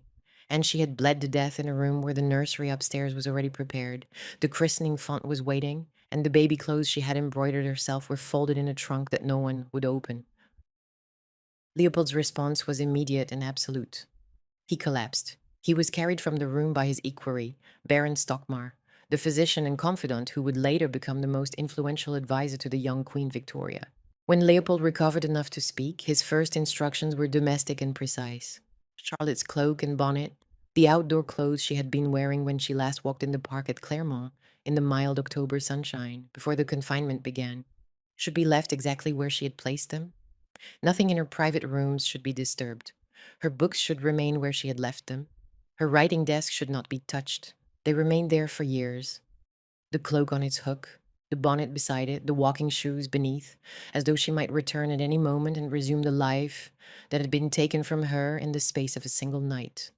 Leopold would later tell Queen Victoria, Charlotte's first cousin once removed and the woman who would inherit the throne Charlotte should have occupied, that he had never recovered from the loss. He wore mourning for the rest of his life. Not the formal black of court protocol, but the quiet, persistent grief of a man whose happiness had lasted 17 months and whose memory of it lasted 50 years. He would marry again, Louise Marie of Orléans, when he became King of the Belgians in 1831, and the marriage would be affectionate and politically successful. But a portrait of Charlotte hung in every residence he occupied until his death in 1865, and Stockmar recorded that Leopold could not speak of her without his voice breaking, even decades later. The news reached London on the morning of the 6th of November. It reached the Prince Regent at Carlton House by express messenger. He was, by multiple accounts, genuinely stricken. Whatever his failures as a father, whatever his treatment of Caroline, whatever his neglect of Charlotte's upbringing and his attempt to control her marriage, the death of his only child broke something in him that his vanity and self-pity could not repair. He wept openly. He asked for brandy. He shut himself in his rooms and refused visitors for days. The Duke of York, that blunt, loyal man, wept without restraint. Princess Mary, who received the news at Windsor, fainted. Augusta was inconsolable. Sophia, already half-blind and fragile, retreated into a silence from which she did not fully emerge. The old king, locked in his apartments at Windsor, conversing with the ghosts of his dead children, was not told that his only legitimate grandchild had joined them. He would never know. The nation's grief was extraordinary in its scale and its intensity, something that took contemporaries by surprise and that historians have struggled to explain entirely by reference to politics or succession. Charlotte had been the most popular member of the royal family. She was young, spontaneous, visibly happy in a love match that the public understood as a rebuke to her father's loveless dynasty. She had been the future, not just the future queen, but the future of a different kind of monarchy, one built on genuine feeling rather than arranged duty. Her death, and the death of the stillborn boy who would have been the next heir, struck the country with a force that contemporaries compared to a military catastrophe. Shops closed, theaters cancelled their performances, church bells tolled across England, from London to the smallest parish. Black cloth sold out in London within hours. Haberdashers reported demand they had not seen since the death of Nelson. The poet Shelley described the event as a blow to the nation's hope. For the public, Charlotte's death was not merely a royal tragedy. It was an extinction event. The line of succession, which had narrowed to a single young woman, had been severed in a single November night. The medical aftermath was swift and merciless. Sir Richard Croft was destroyed, not by formal proceedings, but by the relentless pressure of public opinion and professional recrimination. The press blamed him. His colleagues debated his methods with a savagery that reflected the medical profession's own anxieties about the limits of obstetric intervention. Had he used forceps, Charlotte might have survived. Had he not bled her, had he not restricted her diet, she might have had the strength to withstand the hemorrhage.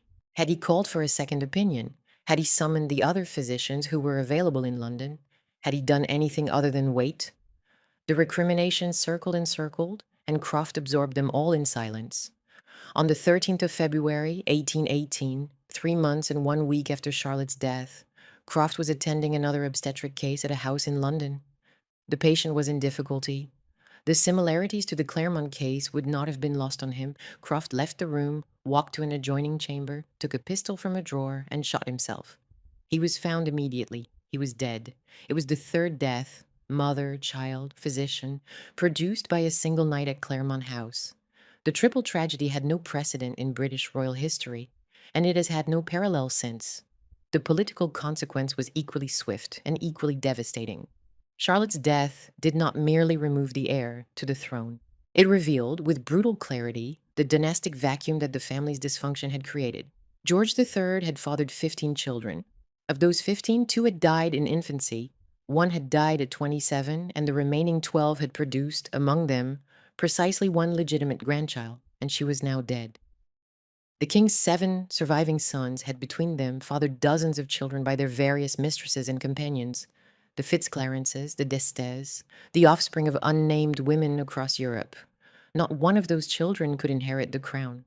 The Royal Marriages Act, the Act of Settlement, and the laws of succession that George III had spent his life defending had combined to produce a situation in which the most prolific royal family in British history had no legal heir.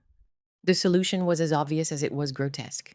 The surviving royal dukes, middle-aged, debt-ridden, most of them entangled in long-standing relationships with women they could not legally marry, would have to abandon those relationships, find suitable Protestant brides, marry them, and produce legitimate children as rapidly as possible.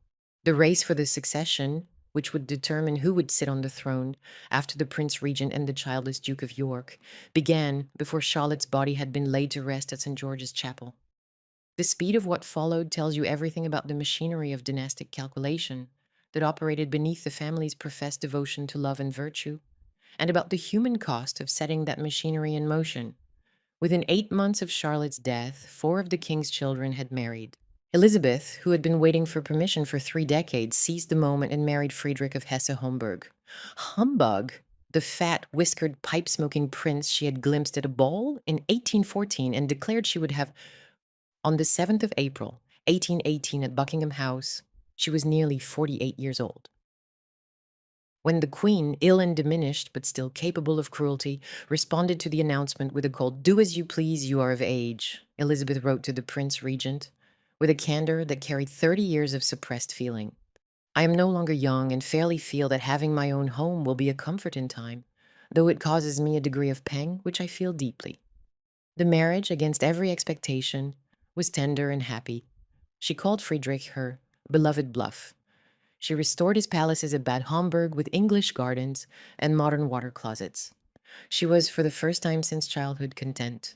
Adolphus married Princess Augusta of Hesse-Kassel at Kassel on the 7th of May, 1818, repeated at Buckingham House on the 1st of June. A genuinely happy match for the one son who had never needed rescuing and whose only contribution to the family's drama was the bewildered gratitude of a man who could not understand why the universe had been so kind to him. The critical marriages, the ones on which the succession now depended, were the other 2. Edward, the Duke of Kent, broke off his 28-year relationship with Madame de Saint-Laurent to enter the race. She learned of the engagement from a newspaper at breakfast, at the apartment they shared, and the household reported that she reacted with violent hysterics.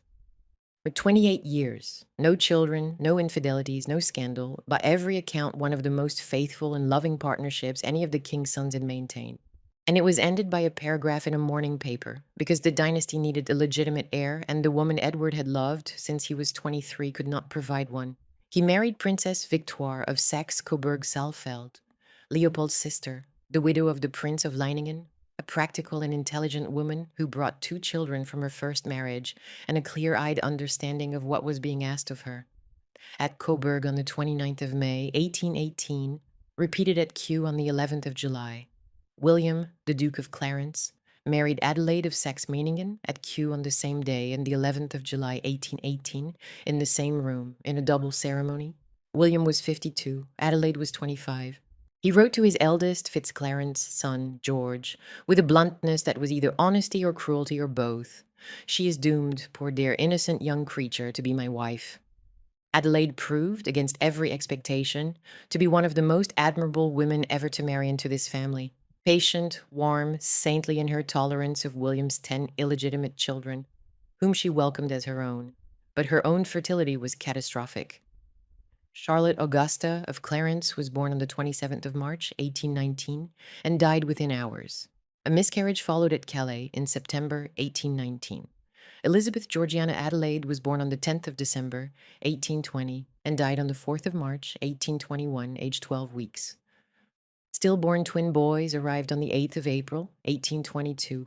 4 pregnancies, 4 losses. Adelaide wrote to the Duchess of Kent, with a grace that conceals but does not disguise the devastation.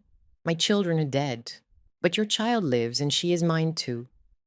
Parliament, asked to fund the new royal households, was ungracious. The requested allowances were voted down in the Commons. The dukes were reduced to borrowing against future income. The press mocked them. The caricaturists drew aging, corpulent princes lining up at the altar like racehorses at the starting gate, their abandoned mistresses weeping in the background. And the Queen, who had presided over the double wedding from a chair at Kew, was visibly dying. Charlotte had been seriously ill with dropsy since the spring of 1818. She had interrupted a journey from London to Windsor at Kew Palace in June, too weak to continue, and the weddings had been relocated there so she could attend. Pneumonia followed the dropsy in the autumn. On the 17th of November, 1818, almost exactly 1 year to the day after her granddaughter's death at Claremont, Queen Charlotte died at Kew Palace, sitting upright in a black horsehair armchair with the Prince Regent holding one hand and Augusta and Mary beside her. She was 74 years old. She had been queen for 57 years. She had borne 15 children, buried 3 of them, watched her husband descend into a madness from which he never returned, imprisoned her daughters in the name of duty and love, and built a moral program for the monarchy that destroyed almost everyone it was designed to protect. Her funeral at St. George's Chapel, Windsor, on the 2nd of December, 1818, was conducted with a particular muffled grief that reflected the impossibility of the family's situation. Straw was laid on the cobblestones of the castle courtyard so that the blind, demented king, wandering his apartments above, could not hear the funeral procession of a wife whose death he did not know about and would never be told. The babies of the marriage race began arriving in the spring of 1819, and the arithmetic of succession, who was born first, whose father held the higher rank, who survived, would determine the future of the British crown.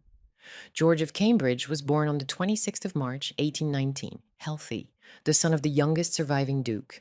Adelaide's first child, Charlotte Augusta of Clarence, was born on the 27th of March and died within hours, the first of Adelaide's 4 obstetric losses. George of Cumberland was born on the 27th of May, blind from birth, the son of the most feared man in the family, and on the 24th of May, 1819, at Kensington Palace, in the room where the aging Duke of Sussex kept his 50,000 books and where the blind Princess Sophia would spend her last years, Princess Victoire of Kent was delivered of a healthy daughter. Edward had believed a gypsy's prophecy, told to him years earlier at Gibraltar, a story he repeated so often that his family found it tiresome and his creditors found it alarming. The gypsy had said he would have a daughter and that she would become a great queen. He had dragged his pregnant wife across the English Channel in a carriage, through a march that was still bitterly cold, so that the child could be born on British soil and hold an uncontested claim to the succession. The journey was punishing. Victoire was in the late stages of pregnancy. They traveled through Calais, through the muddy roads of Kent, arriving at Kensington Palace with barely enough time to prepare. The baby was christened Alexandrina Victoria, after the Tsar of Russia, who was her godfather, and after her mother. She was healthy, she was legitimate.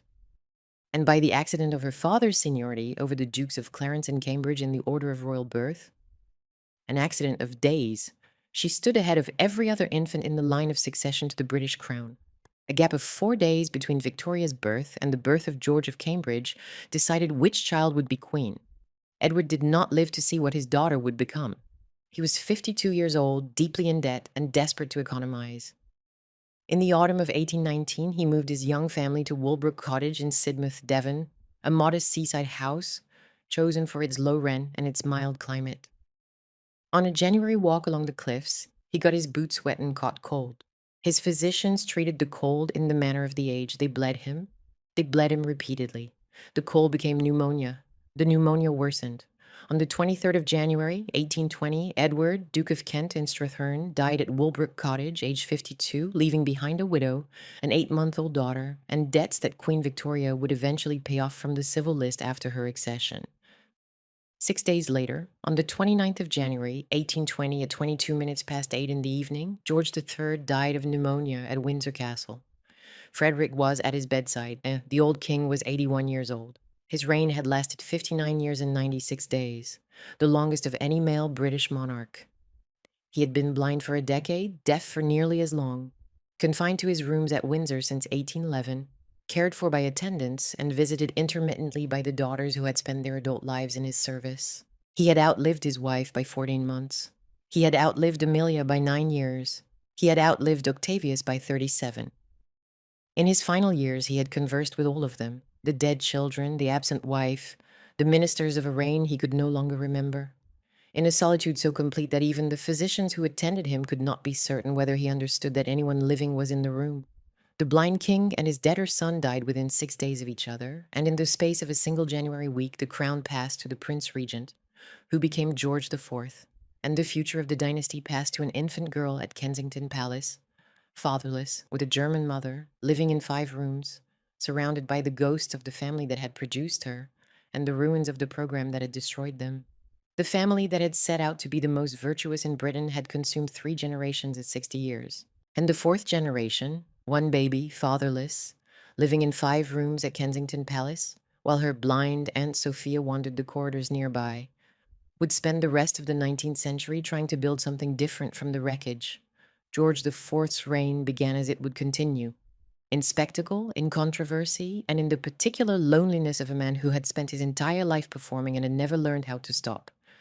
He was 57 years old when the crown passed to him on his father's death, bloated by decades of rich food and heavy drinking, immobilized by gout so severe that his valets had to use pulleys to lace his corsets, and still, after everything, entangled in the consequences of the 2 marriages that had defined and destroyed his private life. Maria Fitzherbert, the Catholic widow he had loved since he was 23 and married illegally in a Park Street drawing room on a December evening in 1785, was living in dignified retirement at Brighton, communicating with him through intermediaries and maintaining a silence about their relationship that she would keep for the rest of her life. Caroline of Brunswick, the wife he had been forced to marry to settle his debts and whom he had despised from the moment Lord Malmesbury introduced them, was on the continent, conducting herself with a freedom that the British press found alternately scandalous and sympathetic. The first significant act of the new reign was an attempt to end the second marriage permanently and publicly. The Bill of Pains and Penalties, introduced in the House of Lords in August 1820, sought to dissolve George's marriage to Caroline and strip her of her title as queen on the grounds of her alleged adultery with her Italian courier, Bartolomeo Pergami. The proceedings were a sensation, the most dramatic parliamentary event since the trial of Warren Hastings. Witnesses were brought from Italy to testify about sleeping arrangements aboard a ship in the Mediterranean, about Pergami's access to the Queen's bedroom, about conduct that the Lords found both titillating and inconclusive. The public rallied overwhelmingly to Caroline's cause, not because they believed in her virtue, most did not, but because they despised her husband's hypocrisy. A man who had kept mistresses for 40 years, who had married one woman illegally and another drunkenly, who had spent the nation's money with a profligacy that bordered on pathology, was in no moral position to accuse anyone of misconduct. The bill was abandoned in November 1820. Caroline attempted to attend George's coronation at Westminster Abbey on the 19th of July, 1821, the most lavish coronation in British history, a pageant of medieval fantasy that cost £243,000 and was physically turned away at the door.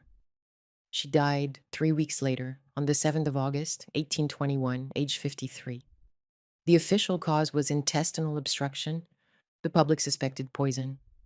No evidence was ever produced, and the suspicion says more about the nation's opinion of its king than about the circumstances of Caroline's death. George's final decade was spent largely in seclusion at Windsor and at the Royal Lodge in the Great Park, increasingly dependent on laudanum and cherry brandy, surrounded by the art collection that was the one genuinely admirable achievement of his private life, and by the architectural commissions, Carlton House, the Royal Pavilion at Brighton, the reconstruction of Buckingham Palace under John Nash, that were his lasting monuments. He gave the nation the King's Library, his father's 65,000 volumes presented to the British Museum in 1823, and he oversaw the transfer of Alfred and Octavius's remains from Westminster Abbey to St. George's Chapel on the 11th of February 1820, reuniting the dead boys in the family vault.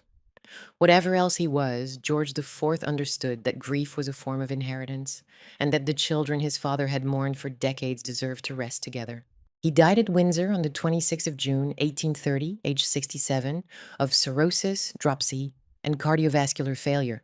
He was buried with Maria Fitzherbert's miniature portrait around his neck, placed there on his written instructions by the Duke of Wellington. The Times obituary contained a verdict that has never been successfully challenged. There never was an individual less regretted by his fellow creatures than this deceased king. The crown passed to William, the sailor duke, the man who had loved Dorothea Jordan for 20 years and abandoned her and never entirely forgiven himself for what this system had demanded of him. William IV was 64 when he became king, the oldest person to accede to the British throne up to that time, and he reigned with a bluff, bewildered energy that served the nation better than anyone, including William himself, had expected. He walked. George Fitzclarence, the eldest, was created Earl of Munster in 1831, but the title could not erase the stigma of illegitimacy.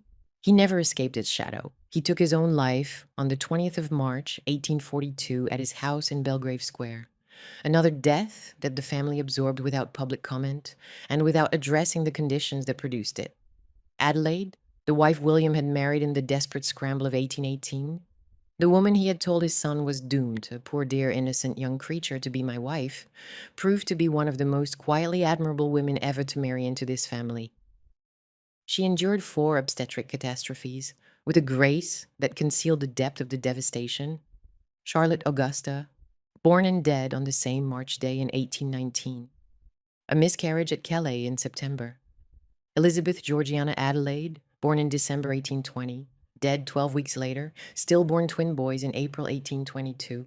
Her letter to the Duchess of Kent, after the last of these losses, carried the full weight of what it meant to be a woman in this family, whose body was expected to serve a dynastic purpose. My children are dead, but your child lives, and she is mine too. She sat by William's bed for 10 sleepless nights as he died of heart failure and bronchopneumonia at Windsor on the 20th of June, 1837. He was 71.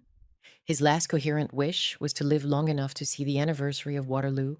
He made it by 2 days. His death split the crown for the first time since 1714. Victoria, aged 18, the fatherless girl from Kensington Palace, raised under the Kensington system by her mother and the controlling Sir John Conroy, who had exploited the blind Princess Sophia's money and trust to fund his household ambitions, inherited the throne of the United Kingdom and Ireland. Her first act as queen was to move her bed out of her mother's room, where she had slept every night of her life. Her second was to banish Conroy. The pattern was already visible. Victoria's reign would be built, consciously and deliberately, on the ruins of everything the Georgian family had been. Domestic virtue, the very principle George III and Charlotte had tried to establish, would be revived, but without the rigid control, the marriage prohibitions, the nunnery, and the suffocating expectation that had destroyed the first attempt.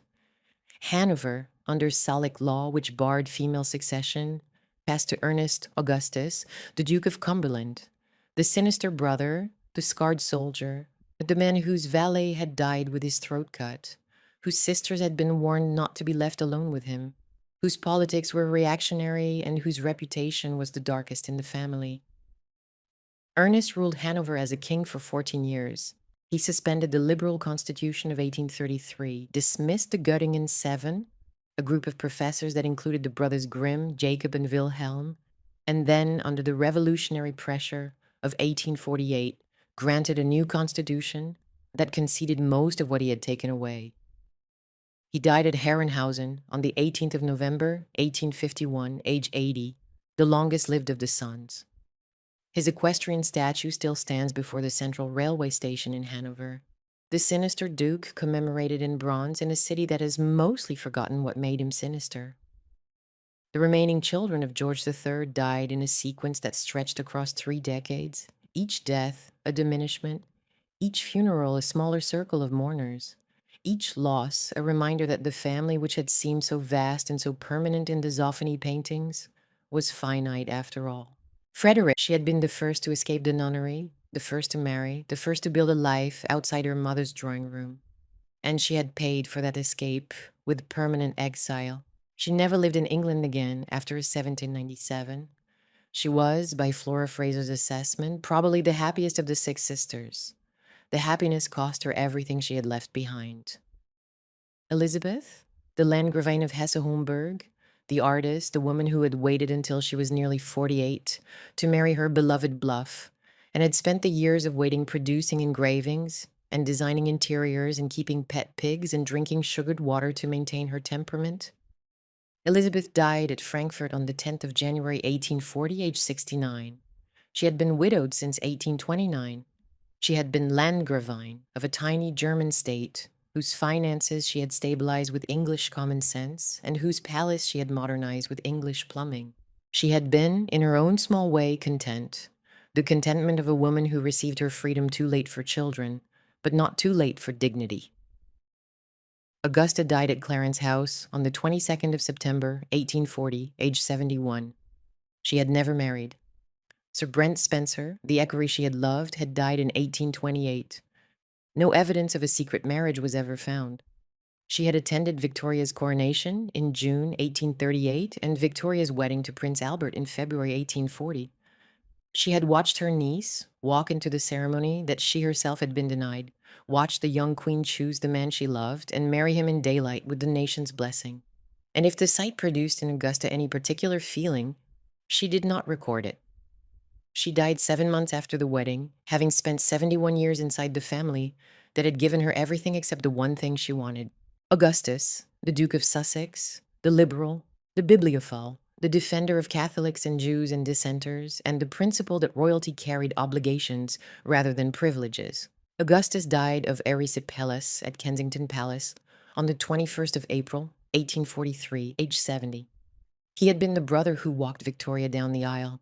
He had been the brother whose own marriage to Lady Augusta Murray the family had annulled, whose children could never inherit, and whose second marriage to Lady Cecilia Buggin had required Victoria's personal intervention to make socially acceptable.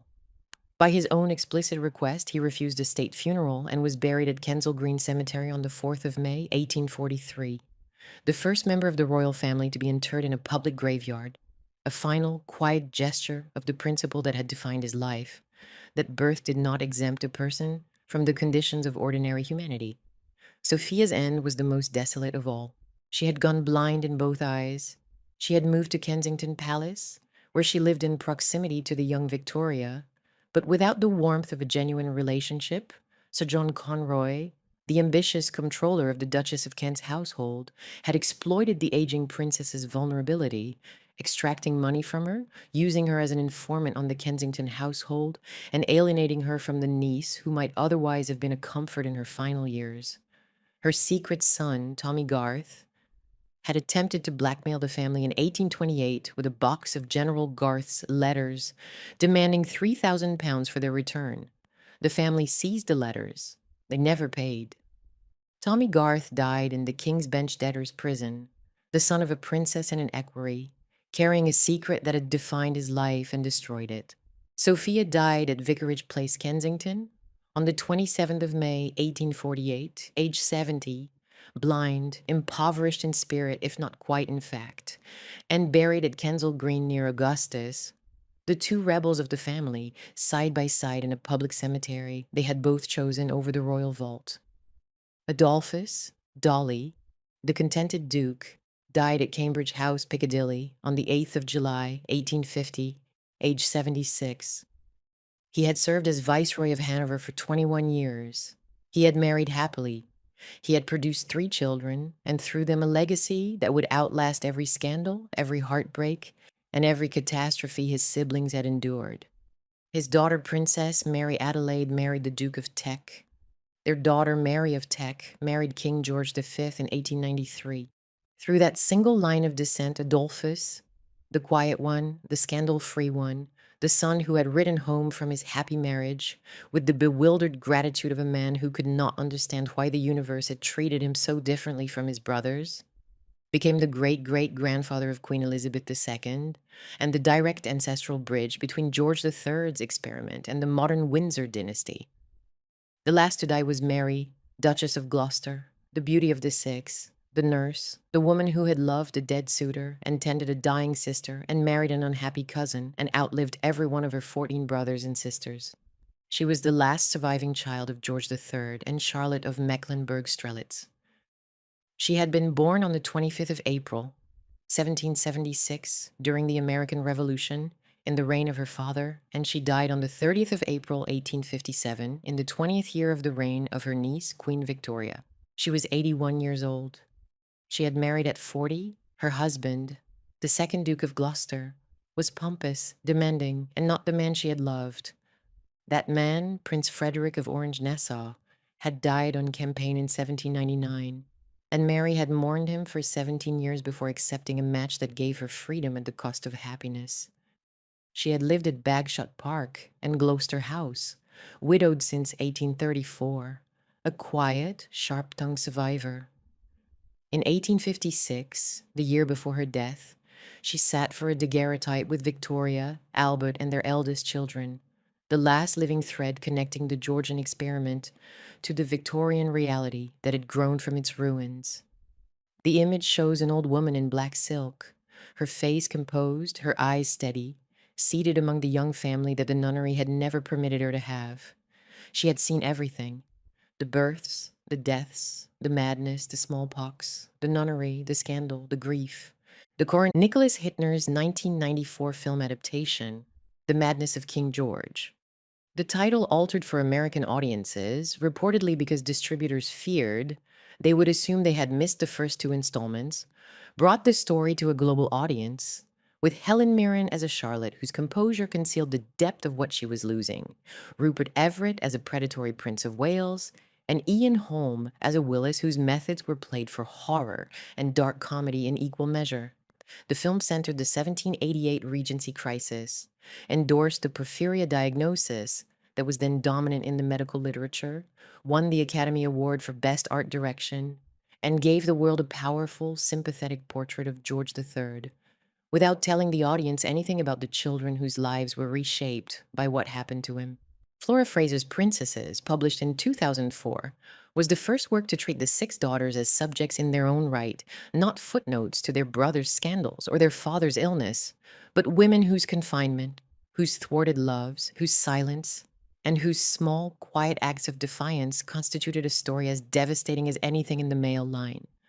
The book drew on letters that had never been published, including the princess's correspondence with the Prince of Wales and with each other, and it established the term the nunnery, the daughter's own word, in the historical vocabulary. Janice Hadlow's The Strangest Family, published in 2014 under the title A Royal Experiment in the United States, reframed the entire dynasty as a conscious attempt by George and Charlotte to reinvent the monarchy through domestic virtue. An experiment that was sincere, admirable, and catastrophic in its consequences for the people inside it. Andrew Roberts' biography of the king, published in 2021 as The Last King of America, rehabilitated George III as a man of intelligence, principle, cultural ambition, and genuine emotional depth, and won the Elizabeth Longford Prize for historical biography the following year. The ongoing Georgian Papers program, a 10-year digitization project of 425,000 pages of the royal family's private papers, launched by Queen Elizabeth II at Windsor on the 1st of April, 2015, is still releasing material from the family's correspondence, documents that are changing what scholars know about the relationships, the concealed pregnancies, the medical treatments, and the private agonies that the court spent decades hiding from the public. And in May 2023, Shonda Rhimes' Netflix limited series Queen Charlotte, a Bridgerton story, with India Amartifio as the young Charlotte and Corey Milcreast as the young George, Golda Rochouval and James Fleet as their older selves, introduced the family's story to the largest audience it has ever reached, topping the Netflix charts in 91 countries in its first week. The series centered the marriage, its early tenderness, its gradual fracturing under the pressure of the king's illness, and the queen's desperate need to hold things together, and brought to a mass audience the question of Charlotte's possible African ancestry, first proposed by the genealogist Mario de Valdez y Cocom for PBS in 1997. The series was not history, it was not intended to be, but it did something the biographies and the archival programs could not do. It made millions of people look at this family and see, beneath the wigs and the protocol and the titles and the century of distance, a marriage, a mother, a household full of children who wanted to be loved, and the cost of an impossible ideal. What remains of what George III and Charlotte built is everywhere legible, if you know where to look. Kew Gardens, which Charlotte and Joseph Banks developed from a royal pleasure ground into one of the world's great botanical institutions, is a UNESCO World Heritage Site visited by over 2 million people a year. The King's Library, the 65,000 volumes George collected across his reign and that his son donated to the British Museum in 1823, occupies a 6-story glass tower at the heart of the British Library at St. Pancras, visible from the entrance hall, the physical embodiment of a king's intellectual ambition, preserved in climate-controlled permanence. The Royal Academy of Arts, founded in 1768 under George's patronage, still operates from Burlington House in Piccadilly. The Royal Military College at Sandhurst, established in 1802 amidst by Frederick's administrative reforms, still trains the officers of the British Army. The Buckingham Palace itself, expanded and transformed from the Queen's house that George purchased for Charlotte in 1762 for £21,000, is the administrative and ceremonial headquarters of a monarchy that Charlotte would barely recognize, but whose domestic image she was the first to construct. The Duke of York column stands on Carlton House Terrace, paid for by the army. The Osmington White Horse, carved into the chalk downs above Weymouth, commemorates the king who bathed in the sea while a hidden band played God Save the King.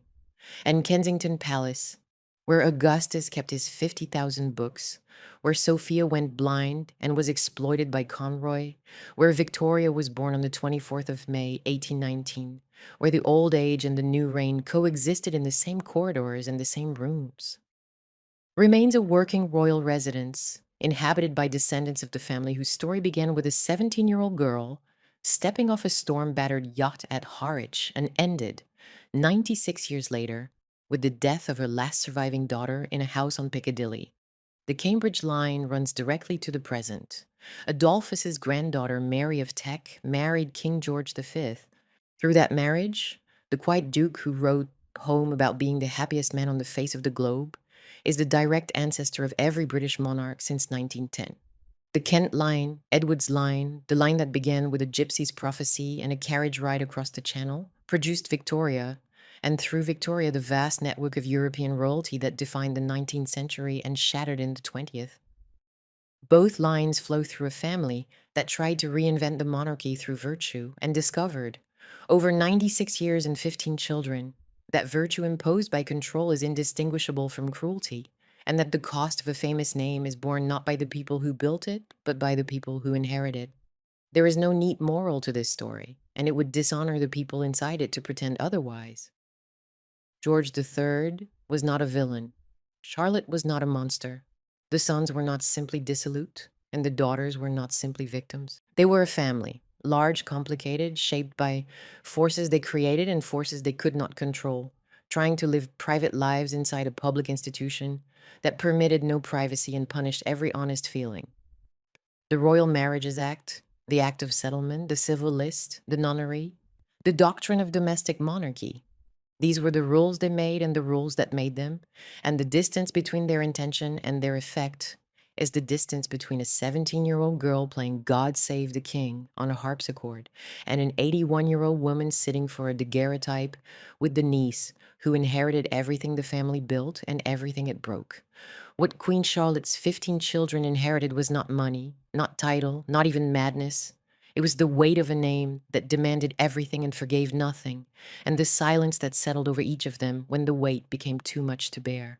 If you found this story worth your time, please like and subscribe to our channel so you never miss out on more fascinating stories.